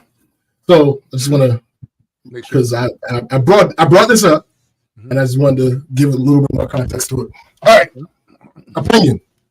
It's 2020 and Tim Burton's past racist comments are still unacceptable. As Halloween approaches during these increasingly scary and uncertain times, most of us have prepared for a pretty non-traditional celebration of tricks and treat, whether that be socially distanced trick-or-treating, drive-through haunted houses, or staying home watching movies. I've been able to 2020. Okay. I've been able to watch movies upon movies and indulge in my cinematic addiction throughout quarantine. After watching foreign films, Oscar winners, and even a few obscure ones in between, I decided to travel back to the movies that started my lighthearted vice, including movies that remind me of Halloween season. One of the movies I rewatched recently was Tim Burton's Edward Scissorhands. I watched this movie many times before, appreciating it more and more each time. But after researching Tim Burton's life story, his other films he had in the works, and other Tim Burton-themed tidbits, I stumbled upon a few past opinions that drastically tainted my perception of this renowned director, especially because he has neglected diverse casts across his career. The majority of these articles, published in late 2016, centered around the comment Burton had made regarding the lack of diversity in his movie career as a whole. Quote, I remember back when I was a child watching the Brady Bunch and they started to get all politically correct. Like, okay, let's have an Asian child and a black child. I used to get more offended by that than just, I grew up watching blaxploitation movies, right? And I said, that's great. I didn't go like, okay, there should be more white people in these movies. This comment sparked outrage in me, as well as many of his fans on social media, calling attention to his absurd defense for the lack of diversity in his films. I am biracial, and it's frustrated me because had I really paid attention, I would have realized his films did not feature many characters of color. It also saddened me because Burton is my Hispanic mother's favorite director. This was someone who she adored for the majority of her teenage years and wouldn't even acknowledge that her race existed. Since I've discovered this information, I truly believe Tim Burton's comment is racist.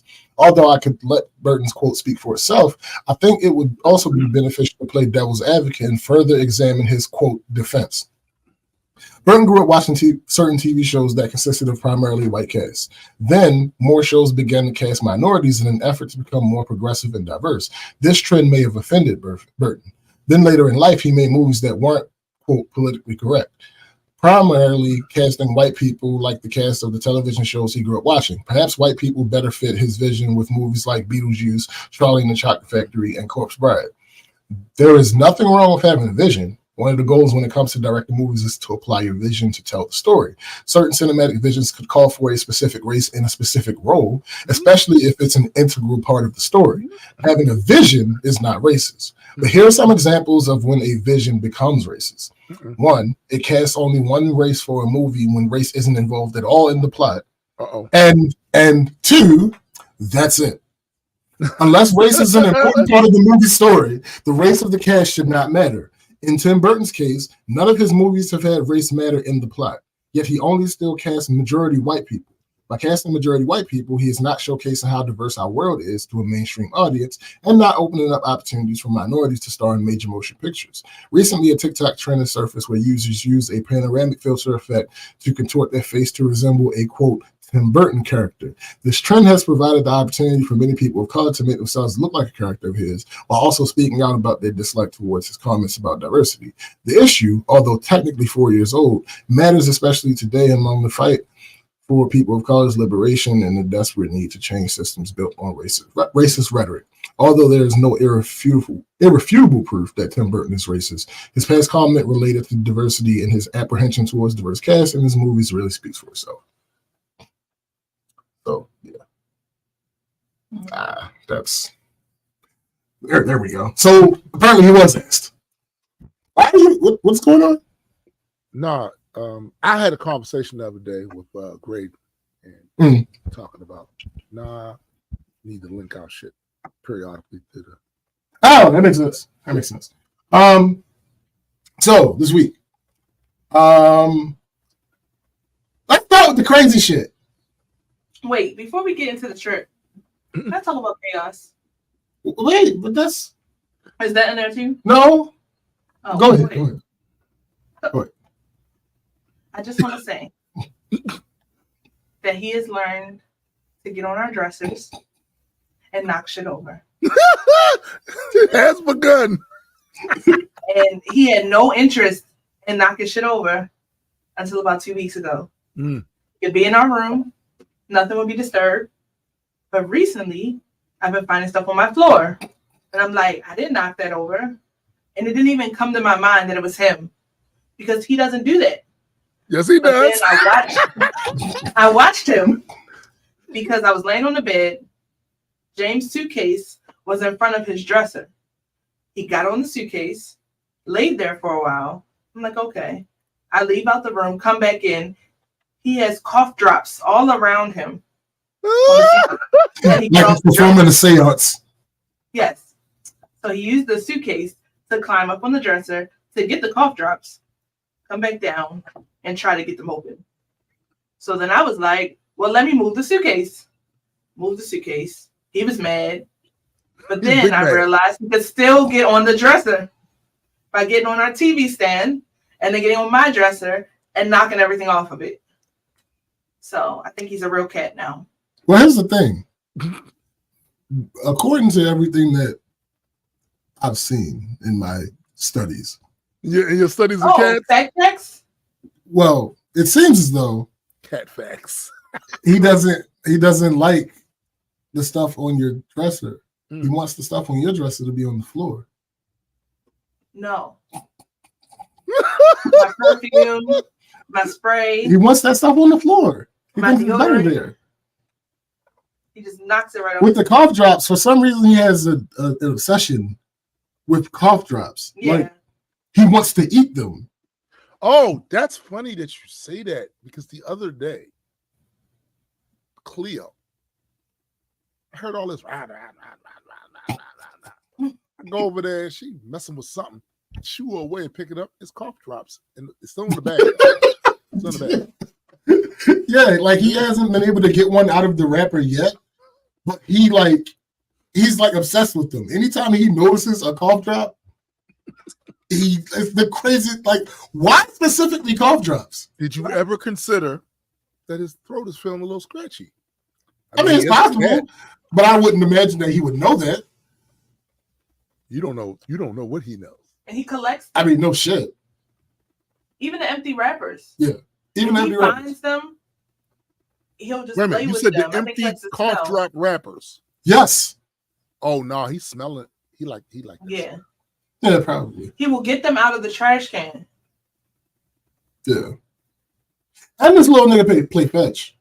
Oh yeah. Yeah, he does play fetch. Yeah. And when Superfly face bitch. when Dion first saw it, she was like, "No, the fuck you don't." I'm like, "Bro, this is."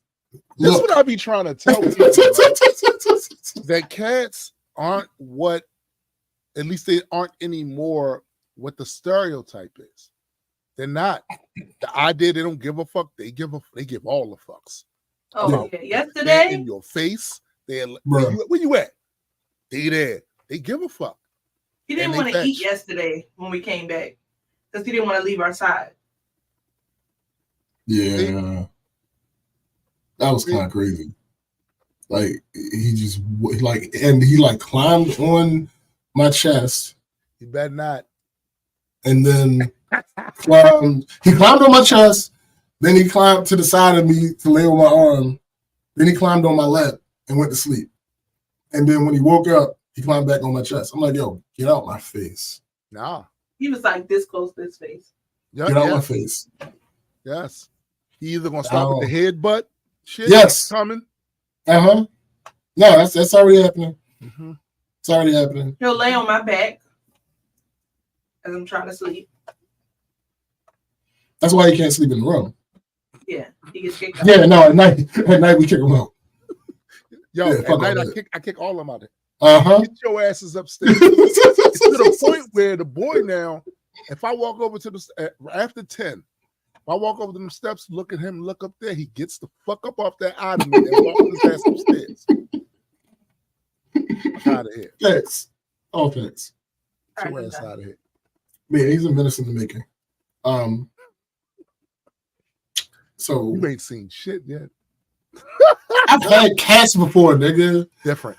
We had them back in the day. It's still what they haven't changed. This ain't a new update.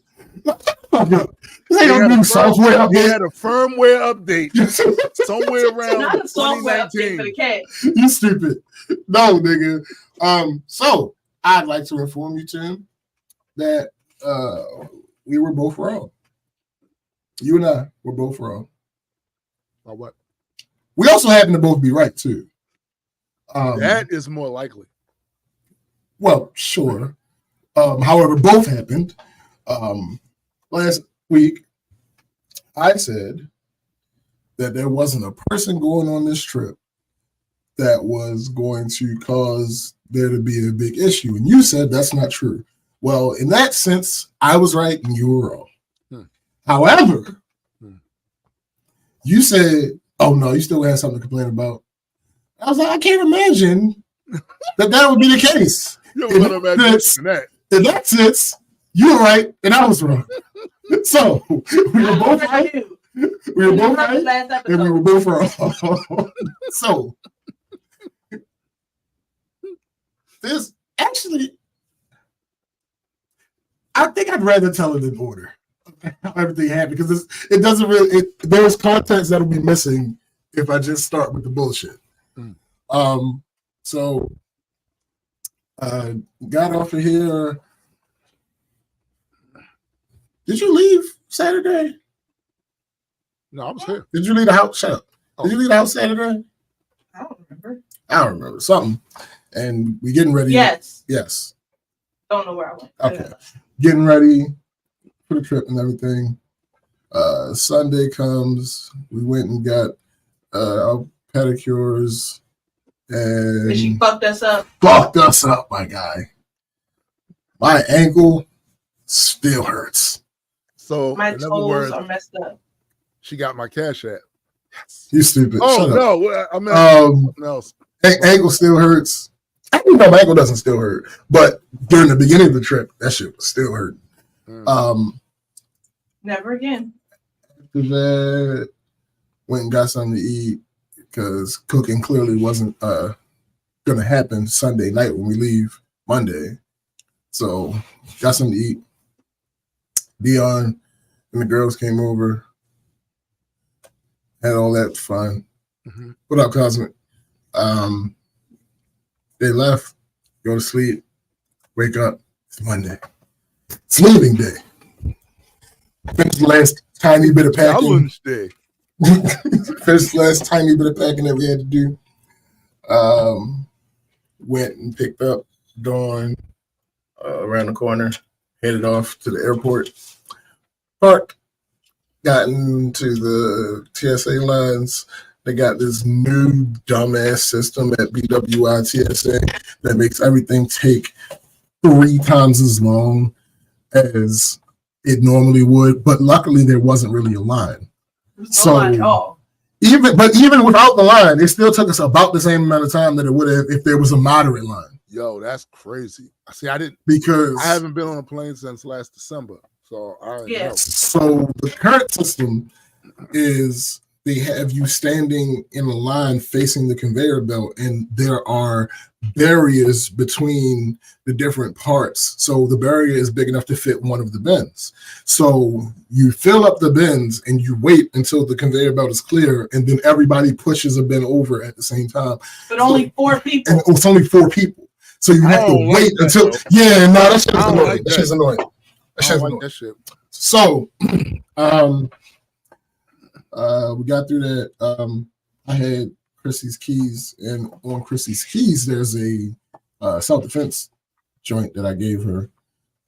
This nigga brought a weapon on the plane. But the funny thing about it is, they pulled my shit, and I was thinking that, like, what the fuck do I have in my bag that could get me pulled?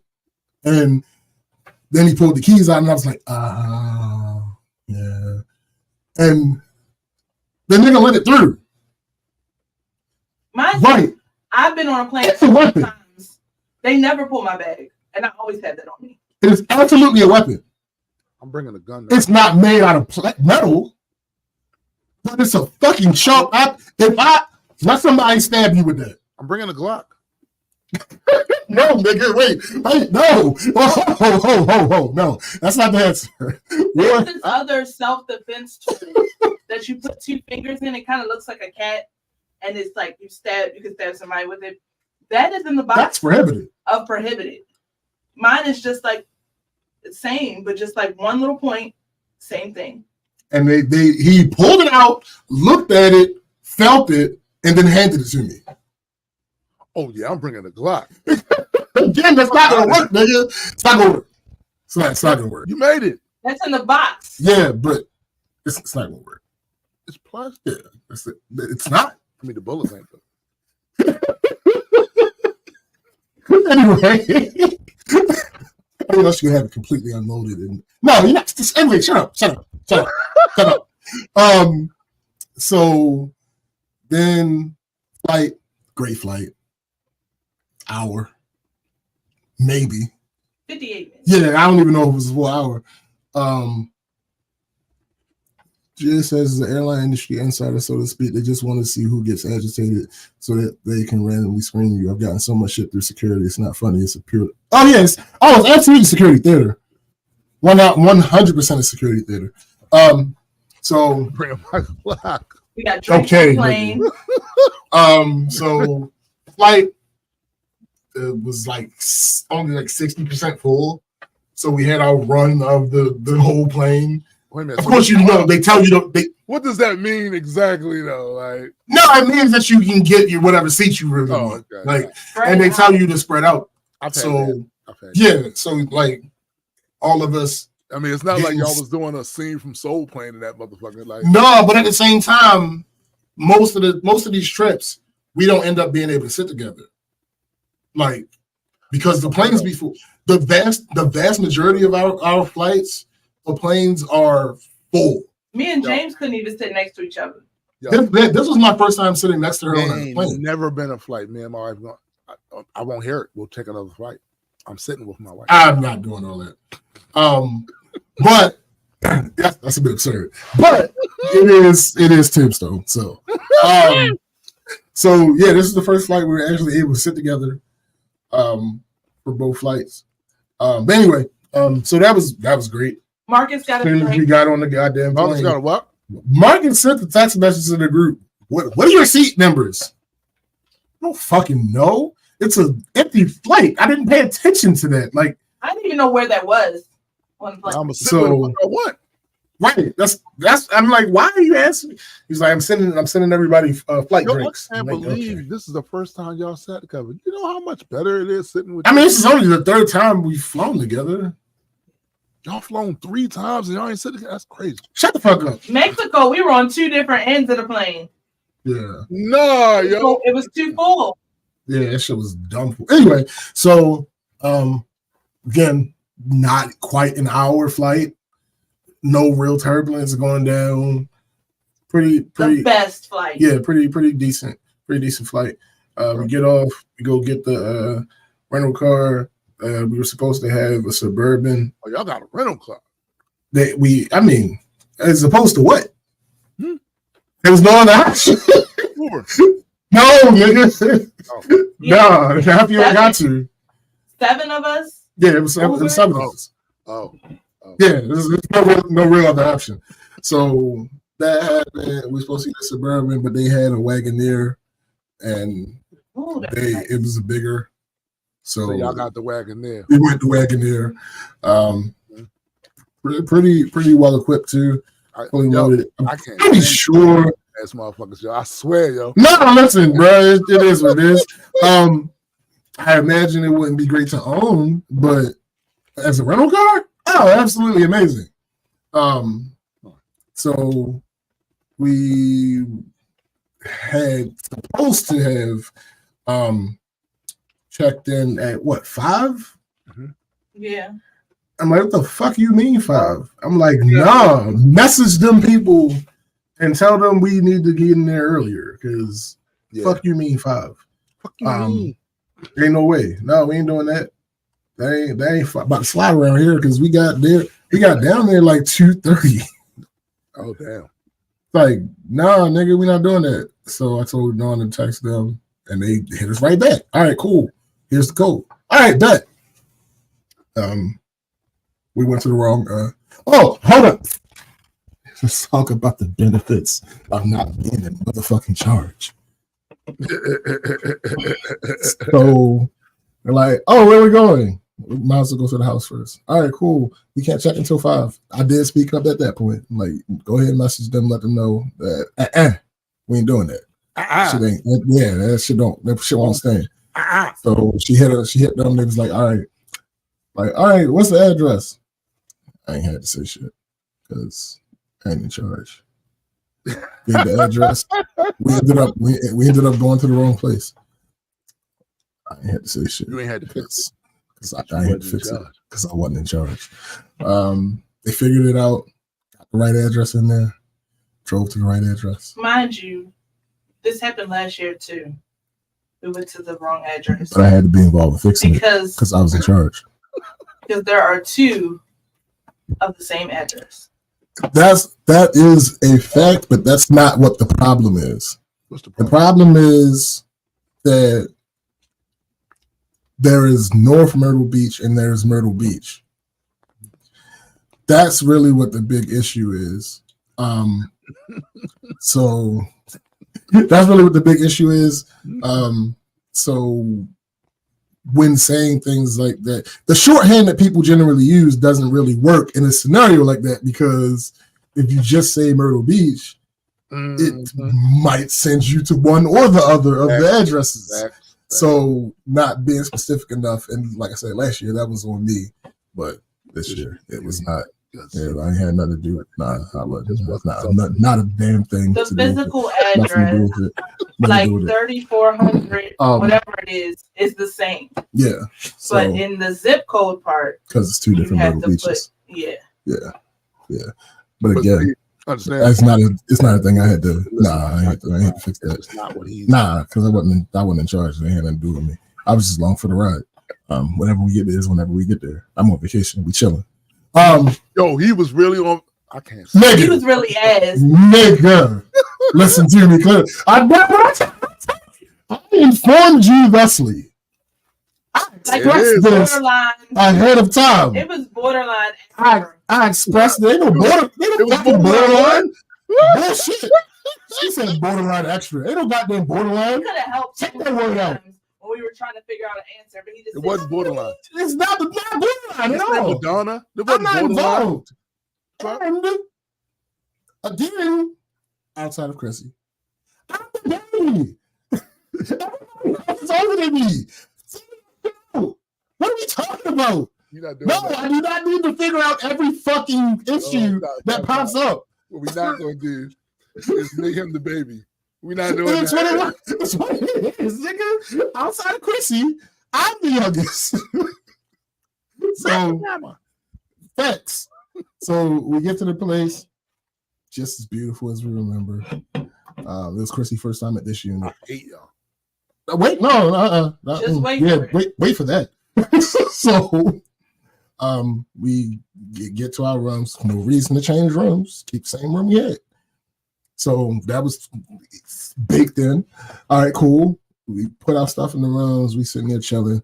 All right, what we gotta do first? Get food.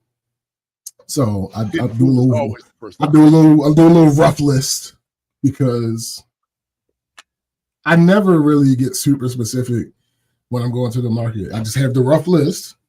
And let me remind you, what else on let everybody know this is the part he was responsible for. That. Wait, slow your roll. You jump in the gun and you jump the wrong way. You jump in the gun and you jump in the wrong way. So I finished a list that would have been acceptable for me to look at while I'm shopping. Right? Marcus it was me and Chrissy sitting down. Marcus was in the room with us. I say to Marcus, you ready? He said, yeah. I go up, grab Fab, market. All right, let's go. Somebody overheard it. Oh, y'all leaving? I want to go. Somebody else. So if y'all remember the Miami story, this happened there, where we get the list, and I do a rough list, and I'm like, all right, let's go. All right, such. I want to go. Why does everybody need to fucking go to the market? Everybody does not need to go. I said, and so the same thing started happening. Oh, such. I want to go. Marcus, go talk to this person. Oh, I want to go. I said, you know what? I don't understand that. Wait. I'm not in charge. I'm not responsible for doing anything. Hey, y'all go ahead. I don't have to be there. I don't have to be there to pay for the food for y'all to reimburse me. I don't have to be. Y'all go ahead. Why? Why you don't want to go? I don't need to go. There's no reason for all of us to be in the market at the same time. It is not going to do anything but prolong that activity. I don't like shopping. We are going there for a purpose. All of you going means that that's going to be prolonged. I'm out. Here's the list. Simple. Oh, yo, nigga, night and day for Miami. Because in Miami, I had to go. Because I had to pay for food. Not an issue here. Fab got a Walmart card. Fab paid for the food. He just reimbursed them. So simple. And the only thing I had to do was make the list detailed now because I wasn't going to be there. Right. Yeah, simple. I had that finished by time before they got to the store. Like, okay. Then they came back from the store. We had ordered food. After that, they went to. So we were going to go to the liquor store. Mm-hmm. The problem with going to the liquor store on these trips. Well, in Myrtle Beach, in South Carolina, you can't sell liquor after 7 p.m. That's true. Wait, before the liquor store. No, we were going to go to the liquor store. It's just not what happened next. That was the plan. We were supposed to be going to the liquor store. And Tiffany was like, I got to go to Target because something specific that she needed, they didn't sell it in Walmart. Market as opposed to what, GA? Where else will we getting? No, we going to the store. Yeah, nah. Nope. So we were, because the liquor, you can't sell liquor after 7 p.m. in South Carolina, we were gonna go to the liquor store, but then Tiffany had to go to Target. Do that. Nigga, we had cases of water. What are you talking about? You know I drink. You know how much water I drink. But anyway, so Tiffany had to go to Target, and then it started. Oh, I want to go. I say, nope. I'm not involved in this. Let me see if I understand that. Mm-hmm. So you had the mad dash to go to the stove. And now you got a mad dash to go to the liquor. For what? What you mean for what? What's the mad dash for everybody wanting to go? I don't know. I have no fucking clue. It doesn't make sense to me, but it's what happened. So when I think it's so people can make sure that they get the things that they want. Because there were things that I wanted, but because James didn't go, I didn't get them. So even though he said he was going to let them know, I didn't get the stuff I wanted. So I think everybody feels like if I go, I'll get the stuff I need. Okay. Yeah. That does make some sense. That makes a semblance of sense now. I don't give a fuck. I just don't. That it prolongs the shopping time. I don't like shopping. Therefore, there's 5 people that live in my house, and somehow the person that goes to the stove all the time manages to get everybody's shit. Because that is easily doable. Yeah. It's just it's that's not the reason. Like even if that is their reason, it's not the reason. That's the reason they're given. No. They could legitimately feel that way. I'm not saying they don't feel that way, but there's a solution to that problem. Is what I'm saying. Because I didn't get my stuff. You didn't talk to them. You said you was going to do it. No, I didn't. Yes, you did. That's not what happened. That might be. It's not what happened. Because I'm sitting there texting. So, yeah. But anyway, the point is that happened again. So, and when that happened, I'm like, all right, well, we just had to go to North Carolina again. Because the first Myrtle Beach trip, we went to North Carolina to go to the liquor store. Y'all motherfuckers went over the border.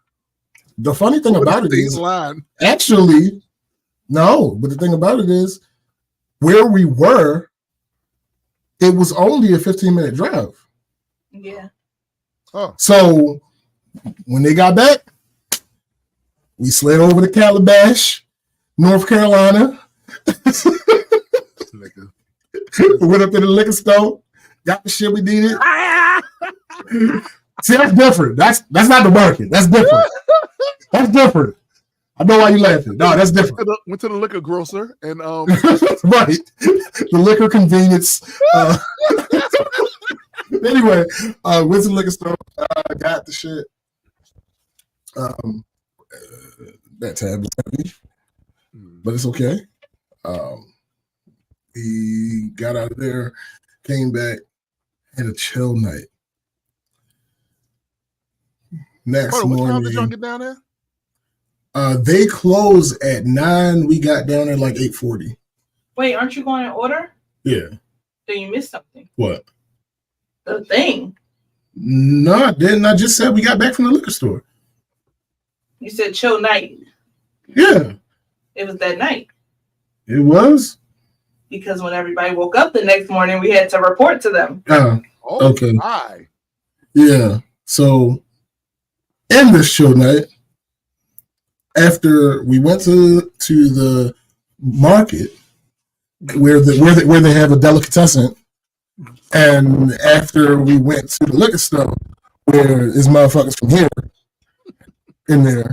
Well, I don't know if they were in there, but the people that own that store are from Maryland. Ain't that some shit? Yeah. So we chilling, making some drinks, having talks and whatnot. Donnie everyone to sleep. And Marcus starts screaming. Why is Marcus screaming? Well, you see the title of the show. I'm gonna get to it. Just keep that in mind. Marcus starts screaming. Why is Marcus screaming? Because he found a roach.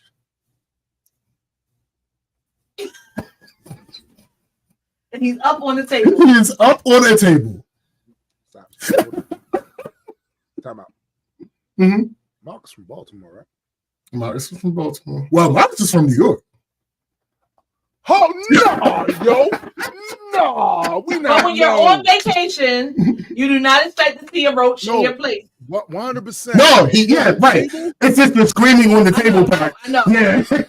yes, that's what happened. So I was down the stairs when it happened. So I'm like, what the fuck? What is happening?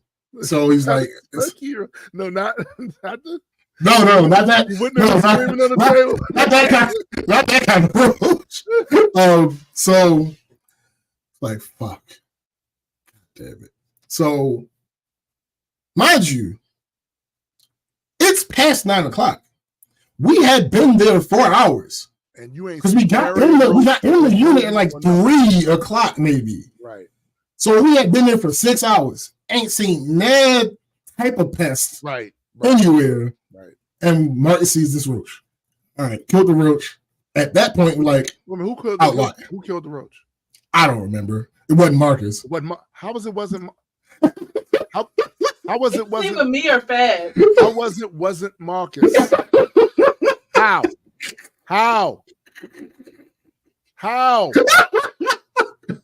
You step on it. Right. It ain't. With his pretty shoes? Shut the hell up. So anyway, at that point, it's like, outlier. Shit might have came from outside. Yeah. A couple minutes passed. Oh my God, it's another one. What time was this again? Now it's like 10 something. What's happening here? The freaks come out at night. Yeah. Listen. That first one was like, it's clear, come out. Right. So a little bit more time passes. No, yo. It's another one. No, yo. So now we know there's a problem here. It's clear there's a problem here. Right? And they are concentrated in the kitchen. They're concentrated in the kitchen. Now, for those who don't know, no, not food. For those who don't know, they like water sources. They do like water sources. The refrigerator is one of these big ass industrial that has the water line attached to it. Damn, yo, I don't like the fact that they like water sources because we like water sources too. We literally said on the last so we roaches. You go where water is. No, it tracks. You've been alive a long time, my guy. You've been a roach. You being a roach absolutely tracks. I even hold you. It tracks. So we don't see them anywhere else. We don't see them anywhere else in the unit. It's just by the refrigerator. That don't mean they ain't see you. So when I was sleeping shit, they was shut the hell up. So, all right. Go to sleep, wake up. I'm talking to Dawn. Because Dawn is the one who technically booked the unit. Wait, you forgot something. What? We all decided to go outside. Dawn was asleep because me and Marcus why y'all go outside? We're gonna wake her. We're gonna go get her. We were gonna go get Dawn and have her write something. But she was asleep. And I didn't want to text her and have her wake up to that news. Right. So we decided to go out. We're walking out and Dawn's like, oh, where y'all going? I'm going to go. And we went to the beach. While we're walking, we told Dawn. There are roaches on the beach. So, you know. I mean, probably. While we're walking, I was like, hey, Dawn, since you're up and you're in charge of the Airbnb, you need to message them because this is a situation. I probably shouldn't have told her. Her reaction. She clearly can't do bugs. Yeah. So next morning, I wake up, come downstairs, and Dawn's woke. And I'm like, what up? What's going on? She's like, I talked to the lady. She offered to have us in another unit. And I'm like, all right, before you accept that, let's talk this through and let's think about it. It was Tuesday. We were only going to be there until Friday. Friday doesn't really count because checkout is 10 a.m. So all we had time to do Friday, which is what happened yesterday, was get up, get ready, eat a little bit, dipset. So Friday isn't a day of the vacation effectively. Yeah. So We have Tuesday, Wednesday, Thursday. I said, we just spent $300+ on food that is to be eaten throughout the week. We had 7 people and their bags, and that barely fit in the vehicle that we're in. So that means it's going to take us this entire day and multiple trips to move to the other unit. And that unit is not on the beach like we are. Right. And there was another thing. And we don't know what the fuck this unit looks like. Yeah. We have no idea what this unit looks like. We have no idea what the well, at the time we didn't look. We have no idea what the bed situation is like. The roaches, they might be there too, right? We don't know because y'all own this place too. We don't know if the roach is not going to be there too. Yeah. So I said to her, I said, I'm not saying no to, at that point. I'm not saying no to moving, right? But we need to be recompensated. Yeah. Money needs to come back. Yeah. Because ain't no way y'all done fucked up our vacation. Ain't no way around that. Yeah. Like if we choose to move to the other unit or if we choose not to move to the other unit, they need to be giving us money. So the lady called her. No, she messaged the lady back. Lady called her. Sweet lady. I ain't mad at her. She was just the go-between. Whoa. I just had a question about that whole situation. Well, at least a portion of that situation. Mm-hmm. So when she initially called, there was no talk of monies. No. The recompense was we'll put you in another unit. Okay. And that's it. It was that night, though. So the first night when we were messaging them, Dawn kept sending videos and pictures every time she saw a roach. And I took Marcus' phone and sent another message. Her reply came the next morning with, would you like to move to another unit? Okay. All right. So yeah, it was before any money was talked about. But you, Sir James, Uncle James, you was the one that suggested the monies. Oh, fuck yeah. Oh, absolutely. Now, while that is admirable and 150% agree, all of that, isn't that kind of like you taking charge a little bit? No, because I ain't talked to her. Yeah, but you made a decision right there. I would say presidential decision. Yeah, because I need my money. I don't give a fuck. Listen, if y'all just want to get a little bit, if y'all just want to get my share, that's fine. Do it whatever else you want. Like I said, if we move or not, y'all decide that. Okay. I need my money. Need my money. I need my. So I'm like, all right. She was like, how much should I ask for? I'm like, me and Fed both at the same time. 50. Both of them. 50, easy. Because at that time, not because we thought we were going to get 50. Right. But because we know how this type of thing works. Right. We know it's going to be a back and forth. Yeah. There's no way that they're just going to be like, yeah, give us. You got to start high in the negotiation. Yeah, they're not going to just be like, yeah, we'll just give you. No, that's not how that works. So Dawn was like, all right, cool. Hit them with the 50 spot. Lady calls. And again, lady was great. She's not one of the owners. She works for them. So she's going between, relaying messages and shit. And I bet when she said 50, the owners was like, get the fuck out of here. Listen, I don't give a fuck what they said at the time. So we told, Dawn told the lady 50. She was like, okay, I will talk to them and see how they feel about the refund, blah, blah, blah, this, blah, blah, blah, that. All right, cool. So she calls back. She's like, yeah, I talked to the owners and they are willing to do a partial refund and such and such this, such and such that, and blah, blah, bloop, bloop, that, bloop, bloop. 5 minutes of gishkalop.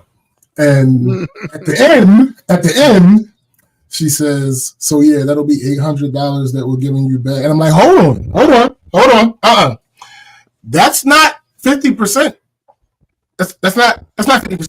That's not. If this unit was only 1,600, you think I get on a lot of vacations now, nigga? The unit was only $1,600. Yeah. for 6 bedrooms, big ass unit on the beach. You think 5 that's bathrooms, balcony, hot tub? ain't no fucking way. Yeah. So I told Dawn, no. Mm-mm. So she was like, try to sneak that one past. Nigga. She was like, but we asked for 50%. And she's like, yeah, but they said, there's a problem, and the problem is that there are roaches in the unit, and we're solving the problem by giving you no. You're not solving the problem. You're appeasing this problem and creating other problems for us. The roaches are still there. Right. And on top of that, we don't know if there'll be roaches where you send us. Right. And now we lose a day of our vacation. No. That's not how that works. We need that 50. So got to do the phone. Gets out the phone. Get off the phone. While she's off the phone, me and Fed talking, and it's like, yeah, that 800 was more like 20%. And I'm like, that's how that went. Yeah. That's what this whole thing is. All right, cool. I understand. I feel you. We ain't going for it. No, that's not. This shall not stand, sir. No. So she calls back. Okay, they've agreed to the 50%. Blah blah. This bloop bloop blah bloop bloop. We're gonna have the people come out and treat for the roaches. Let us know when you're gonna be out. No, I'm sorry. Last call, they was like, let us know when you're going to be out of the unit. This call, once they agreed to the 50, they was like, all right, we're going to do it today. Get out. Yeah, basically, effectively, she's like, what time can y'all be out today? We told them 1. It was like, all right, cool. And then at the end of that phone call, yeah, we're going to go ahead and send the 1342. I'm like, whoa. That is not 50%.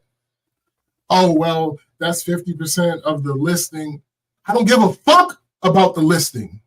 We spent $4,000. Yeah. We should be getting $2,000. That's not how that. Well, so I said, well, guess what? That might have been half of the listing, but there's also a cleaning fee involved there. You clearly didn't do that much cleaning because you would have known that there was a roach problem. Hit on with the roach again. Yeah, because we're not doing that. That's not. You was going to get your 2K. All you had to do was be persistent because the reality is they don't want that review. Oh, it's coming in. They don't want that review. But they're going to do whatever they can to try to get us not to make that review. Mm-hmm. And that's why I told Dawn, because she was like, at first when they said the 800, she was like hesitant to push back. I'm like, no. We're going to keep pushing. We can't make them do anything. Right. Once they say they're not going to budge, they're not going to budge. But we're going to habitually step against that line. They got away with it. They ain't get away with it. So, and this one I couldn't help. I was in the periphery and I heard that 13. I'm like, what the fuck you mean? No, nigga, we not doing right there. That right there, what you did right there, that for a lot of motherfuckers. Now, were the owners of that a community member? I don't think so. Yeah. When they heard that on the other end, oh, nah. That shit you did right there is, to me, the equivalent of walking over to that dolphin water fountain with dumb people sitting over there at that wedding. We was down there taking pictures and shit. You ain't had to say nothing. They was like, they looked at you. They saw me over in that mama. I was like, oh, no, we out. We out. They heard that shit on the other end of the line. What the fuck?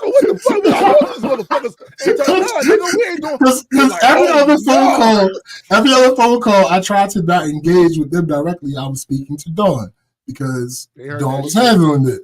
This one, I was like, hold up, nigga. No, we ain't doing it. Yo, they heard that. Said, babe, babe, they said 1,300. Oh my, yo. I'm like, no, we ain't. Give them that money or call the police. $1. Like, whatever. Get that money, call the police. Nah, nigga, nah. So they from where? No. Nah, nigga, no. So they done brought the wire in this bitch. No. Out of here. After that, they called back and they was like, all right, yeah, we'll do the 2000, blah, blah, this, blah, blah, that. Boop, boop, boop, boop, boop, boop. So it's like, we're so sorry we voted for Obama. Listen. I know what you're thinking, but it ain't that. No, here's the thing, right? Like I said, the listing is one thing. I wasn't even tripping off the taxes per se, but there's a hefty cleaning fee that y'all did attached to this fucking lifting. You clearly ain't do no hefty cleaning. Right. And it wasn't just the roaches. Yeah, there was a couple other things that were issues. You had other insects there? Yes. No. Oh. The night when the roach incident started, I went up to our room and I started looking around to see how much cleaning they actually done. Right. We had a tub with jets, like a little hot tub in our bathroom. It was so dirty. Oh no. No. Not dirty, stained. Like so cleaned it. Yeah. I'm gonna show you, Tim. I'm gonna show you the picture. It's we ain't ridiculous. doing stains. Yeah, so because that could have easily been cleaned out at some point in the past. Yeah, not recently, because again, that shit had been sitting. Myrtle Beach got Brillo pads and Comet. No, because what Fab and I deduced was basically their cleaning crew was getting over on them. Because they don't, it's not like the owners come to the fucking unit. No, their cleaning crew comes in, they quote, do what they're supposed to do, they report back. This is how this shit goes. So given all the stuff we saw, it's like, nah, ain't no way. So that happened. That was beach day anyway. So we went to the beach, did beach things. Damn. Like, I don't even know, like, what the fuck is beach things? Like, I don't even like lay around on the sand. Oh shit! So, some of them niggas got into the big water. Yeah, you would have loved that. Nah, nigga, no, we not. Oh no, we're not. Like not over that motherfucker. I would argue for how it would look like that, but it is what it is. So that was fun. After the beach, we went straight from the beach to the pool side. Pool wasn't big water. It's okay. It's okay. Another thing they need to clean. It came in with a dirty pool. Nah, yo. No, it wasn't that the pool was dirty. It was that currently the pool was being made dirty because the Corvids had decided. Yeah, the Corvids. I started to send you a picture of the Corvids too. So they got my Cash App too. No, they don't. They will never be on your side. Nah, nigga, you can't even make that joke. The Corvids will never be on your side. I started to send you that picture too. The Corvids congregating. They was dipping all in, yeah, and that's why the pool was dirty because they had a bunch of their feathers and shit, nigga. They know when to do what they do and when not to do what they Corvids. They smart as shit. They was in that. There was a bird bath. That wasn't a pool. That was a bird bath. Effectively. But they stayed away from the hot tub though. Hot. So it wasn't that hot. I mean, it's a hot tub, but it wasn't like scalding or shit like that. But anyway, it wasn't that. So did y'all get some extra money back for the hot tub not being hot? No, the hot tub was hot. I said it wasn't scalding. Some of the jets were broken, so we should have added that in too. I mean, at the point, you gotta remember that conversation happened at the top of the second day. Yeah. So it wasn't really. We didn't really have time to add everything in that would have been, and it was the issue as what it was because we had already planned on doing stuff. We had to make a couple decisions. We had to decide on if we were going to move or not. We had to decide on if we weren't going to move, if we were going to continue the normal plan of everything we were going to do. Like, we had to decide a bunch of that shit. So that took up time and all that other good shit. So came back in from the pool. What else did we do Tuesday after we came in from the pool? We was chilling. Yeah, we just chilled for the rest of the day. Wednesday was when we had the dolphin ride scheduled. With the big water. You cooked Tuesday. I mean, yeah. For Tiffany. Come on now. Come on now. Always. I mean, but you only cooked 2 nights. So. Yeah, I only cooked dinner. I only cooked dinner twice. Damn. I cooked breakfast the other days. But anyway, so keep going. Yeah, we went to the dolphin thing. That was annoying at first because we were standing on this fucking pier and it was hot as fuck. And even though it was cloudy, it was still hot as fuck. And we were standing there for what seemed like forever. We were supposed to board, like a half hour before? Yeah, we didn't end up boarding a half hour before. It was like 10 minutes before. Yeah. So that was, but once we got on, and that's these motherfucking people. See, it's one thing when it's people in your party, because you can call them dumbasses and they understand the situation. So before we left the unit, I saw what Dawn had on, and I'm like, Dawn, you realize that you're going to get wet, right? She's like, no. I'm like, ma'am, where do you think dolphins are? In the ocean, right? So how do you think we're going to get to the ocean? And so from that conversation, she didn't change, but she brought a bag to put her bag in that would keep her items from getting wet. All right, cool. So we get there and we get on the boat and the captain expresses the same exact sentiment that I expressed to Dawn, but in a more you dumbasses type of way. He said, ladies and gentlemen, I see that some of you have on full clothing.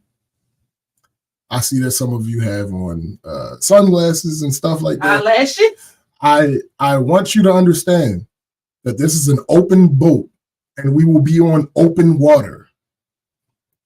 It is highly likely that you are going to get wet. Like, what is wrong with y'all? Why are y'all behaving as if y'all thought that y'all was going to be like inside? Like, but anyway, it was a nice sized boat, like 80 plus seater, but it was also still a speedboat. And the way speedboats move is that the front of the boat goes in the air and the back of the boat gets more of the water. So you had to really pick your poison. If you deal with motion sickness, you really didn't want to be in the front. But if you had an aversion to getting wet, you really didn't want to be in the back. So I don't really have issues with either. And I dressed in a way, like I had on the stuff that I was wearing when I went to the pool. Like, because I'm expecting to get fully wet on the open water on a speedboat, because that's how life works. Right. That one couple though. Bruh. When the captain mentioned the possibility of getting wet, he looked at, I don't guess that's her boyfriend, husband, whatever, like he had two heads. Like, what do you mean we gonna get wet, lady? Again, open boat, open water. He booked it. She didn't look at it. That's the only way I could think. He saw what he was wearing because he was in a full clothed outfit too. Yeah, absolutely. It's easier for me to believe that both of them are just stupid. I mean, yeah. It's easy because unless he didn't tell her what it was at all. If he mentioned the word boat ride or dolphin, she's just as dumb as he is. Because what are we talking about? Where do you think the dolphins are?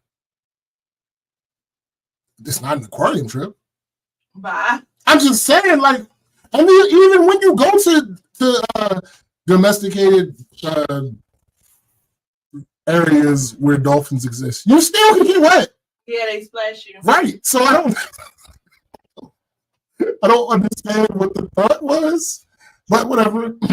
I ain't gonna fuss too much about that. So the boat ride was absolutely amazing. We were able to find dolphins because that's obviously not a guarantee. When you go on these things, and for those who don't know, they it's a bonus thing when there's a shrimp boat shrimping at the time.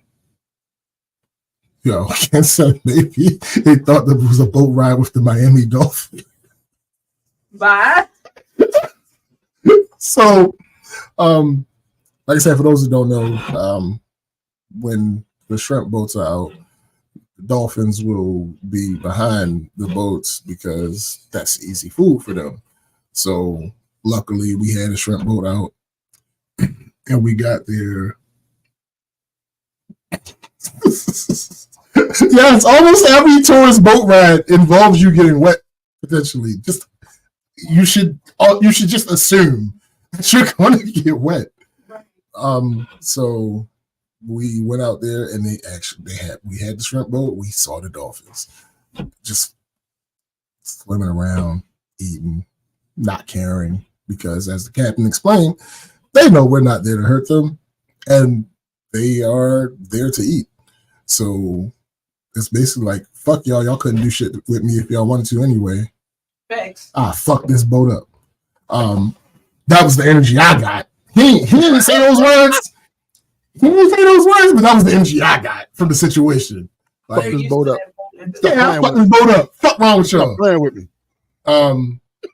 So on the ride out to the dolphins, very minimal splash.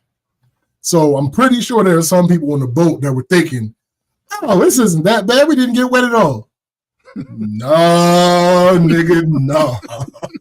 Because the thing about going out to the dolphins is, even though at some points the boat picks up a little speed, you don't want to scare the dolphins. So it wasn't that much. He didn't put his foot all the way down. Nigga, on that ride back. Because we were sitting there for a second, and then there were no clouds anymore. So it was just sun. Oh no! And we were sitting still. Y'all niggas was smoking. Nigga. It was like, yo, what? And he was like, y'all want to go to boat ride? I'm like, nigga, yes. Immediately. Hit the gas. Last word. Y'all want to go on a boat ride? He's a bastard. I tossed him over. Then he turned the captain. Then what the fuck we was gonna do? Ride the boat. How? Y'all know how to drive a boat. No, the fuck I don't. Yo, you have your phone, right? Yes. Google it. Nigga. I mean, you let the people just ride boats if they have a license. Drive them here. Ain't no cops out there. I'm not well versed in maritime law, sir. No, Ken, actually, I didn't hear them actually like say much of anything. Did they ask for AC? Y'all, they were on the right. They were on the correct side. They were on the lucky side. They didn't get as wet, but once he pulled off, and it was funny because Marcus was like, "I thought we were going to get wet." Yes, he said that. The water started coming. Why you say it though? Right. The waves were as tall as the boat because of him kicking up the speed. Yeah. So Marcus moved over, and I was like, "What you think? What's that going to do? You moved over one seat.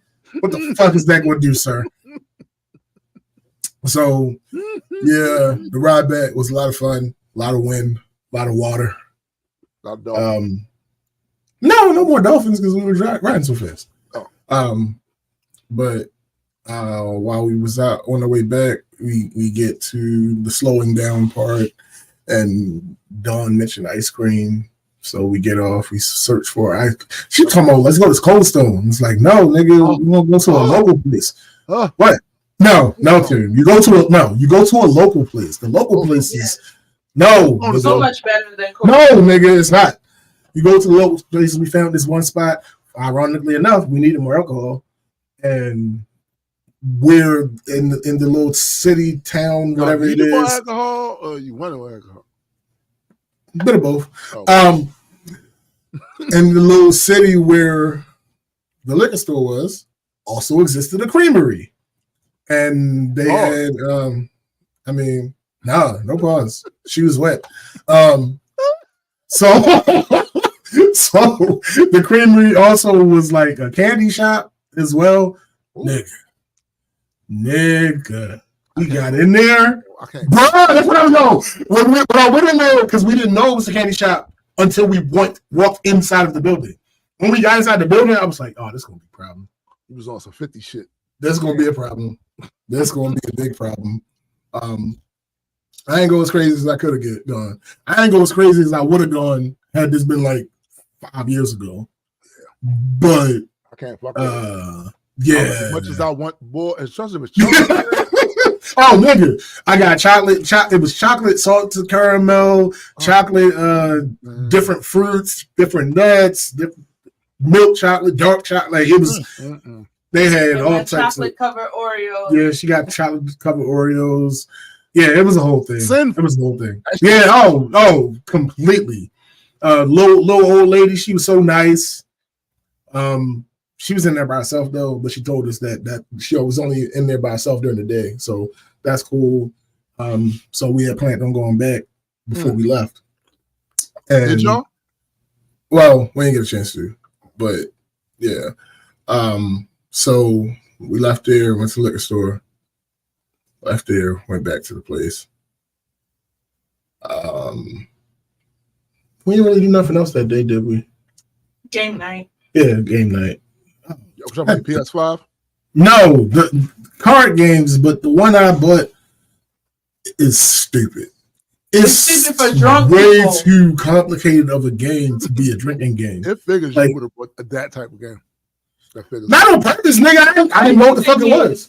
You knew gonna get the drunk. Crazy thing is, it's super easy. Yeah, it's not hard. Trying to explain it to a bunch of drunk people. Well, it's not just explaining it though. It's steps involved in playing it. Yes. Is the problem. Like, it's not that they're complicated steps. It's just that there's way more steps than you should be giving drunk people to perform. That's really what it is. That's the game you play sober. Yeah. So I should have had some Jenga or something. Jenga's always fun around drunks. Actually, no, we had this game called Drunk Tower. It's kind of like Jenga. So we did play that. And then them niggas ended up going to Wendy's because Wendy's is open super late. It was late as fuck. And niggas got hungry again and they ended up going to Wendy's. We called it a night. Yeah, it's like, no, I can't do that no more. Yeah, they was all drunk. So they was funny enough, the person who was least drunk is the person who usually is the most drunk. Marcus. Oh, Marcus was not really drunk. Marcus was cool. Like, yeah. So this is the first time I've ever said these words. I said, Marcus, you need to be the one to drive. Oh, damn. First time I've ever said that after we've been drinking. But yeah, Marcus wasn't drunk. So I said they went to Wendy's, they came back. Next morning, pretty much same shit. Cooked breakfast. Did the beach thing. It was the last full day. We had the first time we went to the beach, we weren't able to get the beach stuff from the company that provides them. So, but this time we were able to get that.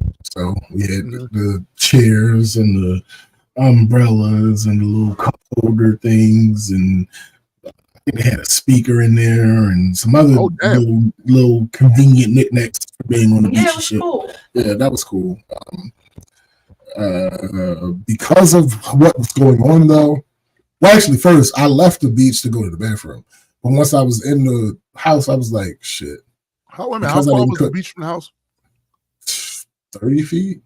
Oh, shit. From the bottom of the steps to the beginning of the beach. It's probably Was the like beach 30. crowded? Nah, I mean it was a decent amount of people, but crowded, no. Okay. It was comfortably full. So I was in the house and I was like, shit, I might as well start dinner because if I don't, we are going to be up all night with stuff we have to do versus being able to relax and enjoy our last night. So I went ahead and started dinner. Plus, it was also stuff that benefits from a little bit of sitting. Instead of having to cook it in a rush, and that part's not important. But yeah, so I went ahead and did that, came back in, ate, chilled some more, chilled the third time. Then we realized that the bullshit is vacation. Then we realized that the ice cream place closed. Well, they opened later than we would have been able to go in order to get there. So he was like, all right, we can go tonight instead. Right. And on Google, it said they closed at what, 8 or 9? Yeah, it said they closed at 9. So he's like, all right, we're just going to go tonight instead. So we get back out there, they're closed. Damn. We assumed that either, probably not actually, we assumed that either she closed early because she didn't have business, or she never really updated her times on the website. One of the two. So we found another ice cream spot, actually, that was both ice cream and candy, but it was separate buildings. I've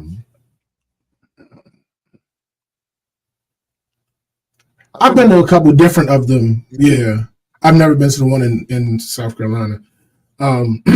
But it was a couple different it was different buildings, but still the ice cream and the candy and it had an arcade, it had a mini golf tour. Yo, this was I've never seen a crazier pair of posters when it comes to animals at an establishment. One of the posters said, please don't let your kids bother or feed the squirrels. That was one of the posters. Wait. The second one was, there's an alligator in the lake. Please do not attempt to feed it. We are trying our best to get it out. Why would you try to feed? No, fuck all that. Alligators can get out of the water. Right. Why are y'all open? We're trying our best to get it out. We're trying our best to get it. We're working on it.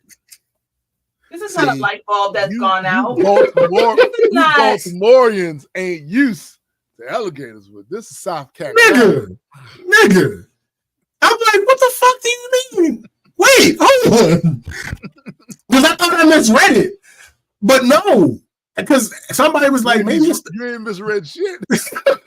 Somebody was like, maybe it's their pet. Like, maybe it belongs here. I'm like, no, it says. It was me. I definitely thought it was a pet. I'm like, no, it clearly says that they're trying to get that shit out of goddamn water.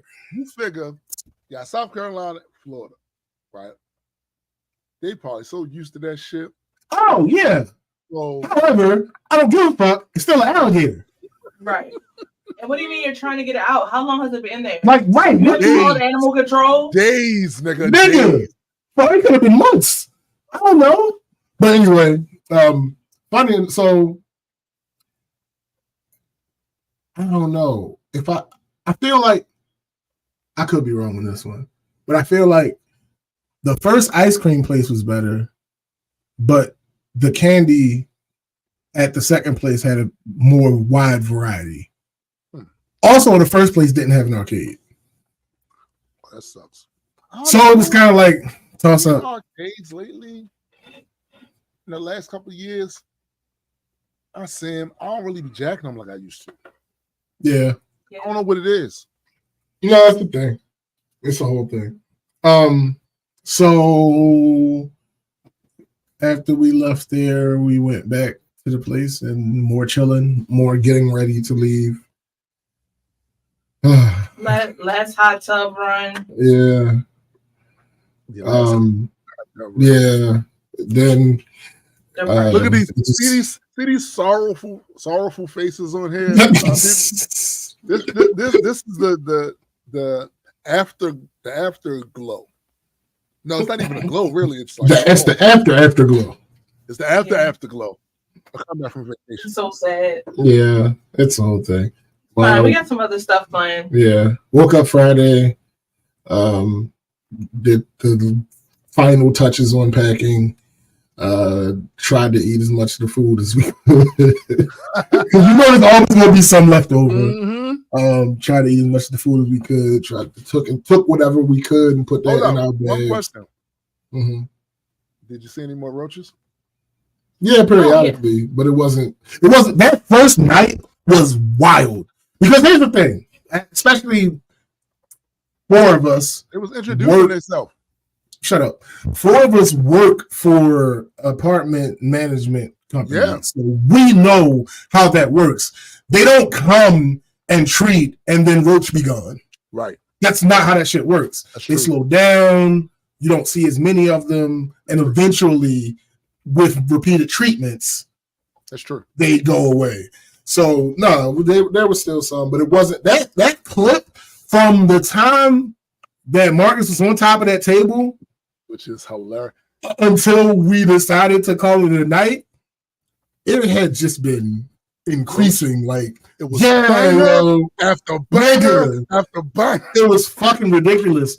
And like I said, after the treatment, it wasn't like that. And they were like slow. Yeah, they was fucked up already. Yeah, they was dying. So, but here's the thing: that next generation after that, they're gonna take super like a champ. Right. That was the biggest thing outside of just them there being roaches, meant that we did more cleaning on this trip than any other trip that I've ever been on. Because it's necessary. Like, what the fuck you mean? We got it. So yeah, that part was annoying, but we ended up coming back with half our money back. That part was great. But they were getting bigger as the night went on. No, actually the opposite. Funny enough, the first ones we were seeing that night were all the adults. Later on in that night, we started seeing the babies and shit. Well, the kids usually stay out late. But yo, all I keep envisioning is the first ones came out like this. Then the next ones was like this. Shut the fuck up. And then finally by the end of the night. Dumbass. I can't stand you. This is what you jump on the table for. Not yes, nigga. No, nigga. If that would have came out, I'd been right there with Marcus. Yeah. Ain't no question. GA said we got lucky. Nigga. and we are, I told Dawn, I said, when you write that review, let us see it before you hit send. Yeah. Because we going, no. This will not stand. I don't give a fuck that you gave us half our money back. But you fought us on it. So. Yeah, we had to fight for that. Yeah. Fuck that. No. We gonna tell the people. And you tried to get us a couple of times. After we said 50, you ain't even say, they ain't accept that. You just tried to do the okey doke with the 800. Shit. Like, we can count. And the fact that every time we said something back, they were just like, okay. Like, it would be one thing if we were like, all right, we need 50%. And they was like, no, all right, 20. No, and they was like, all right, 20. It was like, no, 50. And they was like, all right, 25. It was like, no, 50. It was like, all right, 30. No, it was, we need 50. No, 20. Right. No, 50. All right, 50. But 50 of such and such. No. We need 50 of what we spent. They try to play you. To play you. So, B, that won't stand. I refuse. If I got to go grab the phone myself, walk around this corner, hey, did you send that shit? No, you wouldn't have did that because that's too much like taking control. Nah, like I'm not going to walk around the corner, but I'm going to text her. Like, hey. Look, I ain't going to text her a picture of herself what this look like. Text the shit. But yeah, once they said they was gonna get us 2,000, this nigga gonna put on a Baltimore Oriole hat. You stupid. Well, once they agreed to the 2,000, they gave it back pretty quickly too. Yeah. It wasn't no lollygagging, no playing around with that shit. Yeah, facts. Because like I said, they like Tim brought up, they will try everything they can to avoid that bad review. Yeah, they don't want that. Y'all ain't avoid it. They don't want that shit. Y'all ain't avoid it. Y'all just gave more context to be involved in the review. It's no we will say you gave us half our money back.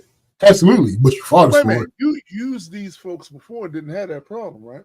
3 years ago, not a problem, not a single problem. The only issue we had, I can't be sure. I didn't book this one, but the only problem we had was not even a problem. It was something. It was a failure to read on our part, where the whole thing where the AC cuts off if the windows or the balcony doors are open for too long. The AC will cut off. But that was the only problem we really had that last time. But yeah, no, this time, I don't know what the fuck happened to them. Like I said, I think I know what happened. I think their cleaning crew's getting over on them for real. Probably what it was.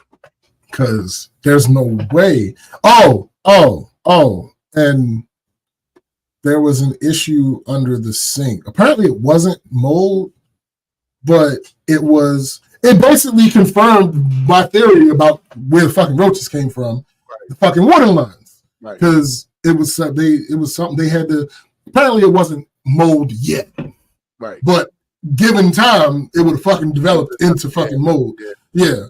And the guy that came to check it out, he was like, yeah, they're gonna have to rip all the shit out and clean it up because eventually it will end up being that problem. It sure will. So yeah, I think if the cleaners were doing their job, the cleaners would have seen that. Of course they would have. They would have seen that. So like, nah, we're not letting you bamboozle us. Led astray. The only regret I have, I know, right? The only regret I have is that we stopped at 50. Yeah. Right. Because nigga, after they say yes to 50, I looked at Fab was like, yo, maybe we should ask for more. I was like, you'd have asked for 75. Hey, I swear that was what we were going to do at first. At first, we were going to say 3/4, and then we were like, nah, let's just say 50. But yeah, no, at first they we still were trying to to say. Yeah, Right. Yes. No, I get it. No, yes. I understand. I got that reference. But yeah, overall, still a great trip. Yeah. We're not going back to that unit no more. They killed that. And that's depressing because the location is amazing. Yeah, 30 feet from the beach. You can't really beat that. Like, yeah. A pool, a hot tub, 6 bedrooms, 5 bathrooms. That's crazy. That's crazy. Yeah, they got the pool table, just full washer dryer, all that shit. Like that was that was one of the ones that when we first booked it those 3 years ago, I was proud. Like, yeah, I did that. I found that shit. He was a guy like he built the house. Listen, nigga, hey, I might as well have. Shit, god damn it. But yeah, did I miss anything? Oh, just on the way back, Marcus. He jumped on the table again? His bag. What happened with his bag? I forgot. A roach in his bag? No, did y'all check your bag? Oh, yo, Marcus. Yeah, they checked their bags, and Marcus's bag wasn't at the fucking carousel. So everybody else's bag. Everybody's bag came. And the funny thing is, when Fab's bag passed, I grabbed Fab's bag and I looked at Marcus and I was like, "Thank y'all, motherfuckers, for having distinguishable bags that are easy to look and find, and easy to look out for, easy to see. You ain't even got to look that hard. You know it's your bag." And then time goes by and we're still not seeing his bag. And I'm like, "Wait, that's crazy. What's happening?" Sure enough, he went to the office and his bag never made it on the plane. That is crazy. Well, he got $250 flight credit. That's true. Sure. For having to drive 15 minutes back to get his bag. So I'll take that. Right. I'll take that every day. Matter of fact, if I knew somebody that worked there, I'm just hold my make sure this bag don't get on. Make sure this Right, don't have to pay for it because I only live 20 minutes away from the airport. It ain't that big a deal for me to come back and get my bag. Just go ahead and lose my bag. Go ahead, put that to the side. Put that to the side. And then after the plane take off, do the little dramatic run up, like, "Hey, wait!" Yeah, that's we good. I slide you $40 or something like. Right. I know y'all don't get tipped that often. Yeah. But yeah. Other than that, overall, good trip. Vacation. This is a vacation. Yeah, it wasn't. I mean, I have a suggestion. What was that? Don't. just don't. Just don't. I'll think about it and shit. Okay. Right. No. Yeah, I mean, it'll work. If you're able to achieve, if you're able to do what I told you to do, it'll work. This is me. I know. Excuse me. But perfect timing. Yeah, that's it. That was a great story. Yeah. The roaches was diabolical. Niggas, wow. They were paid actors and actresses. Clearly. They were crisis actors. I think we owed them a couple $. Yeah, we might owe them a couple $. Yeah. Right, dude. Should have sent them a couple $, or some sugar fees or something. It'd have been straight. Facts. We want to thank everybody once again for joining us for another rousing edition of Black Culture Geeks podcast. Be sure to remember that there is always music. Always. Shared some of it in the chat. Thanks to a suggestion from Graydon. Go follow if you're not following. Run those numbers up. Really appreciate that shit. Also, don't forget, also put GA's link also in the chat. On the Bandcamp for his latest project. Go take a listen, cop that. Also, don't forget merchandise store, BreeperLegion.com. Wearing one of the shirts now. See that? It's dope, right? It's fire. Yeah. It's fire. Yeah. Facts. Check them out. It's a bunch of designs and shit on there. Don't forget to check out my sister Chrissy's show, Heard It Through the Grapevine. They got We'll be back on Monday. They got some new equipment. You know what I'm saying? Like, can't say shit to them now. New equipment and shit. Don't forget Super Side Guy and Hendrix met us with me. You know what I'm saying? Also, shout out to Addy. I talked to him earlier 2 days ago. No, it might have been last night. I can't remember. My memory is just ass. You know what I'm saying?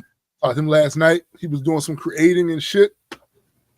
We'll try to get that motherfucker doing some music. Watch. Yeah, I nigga. Watch. But yeah, for my man SBJ, my sister Chrissy. Hey. I am Tombstone the Dead Man. And for the greater world entertainment family, we are out.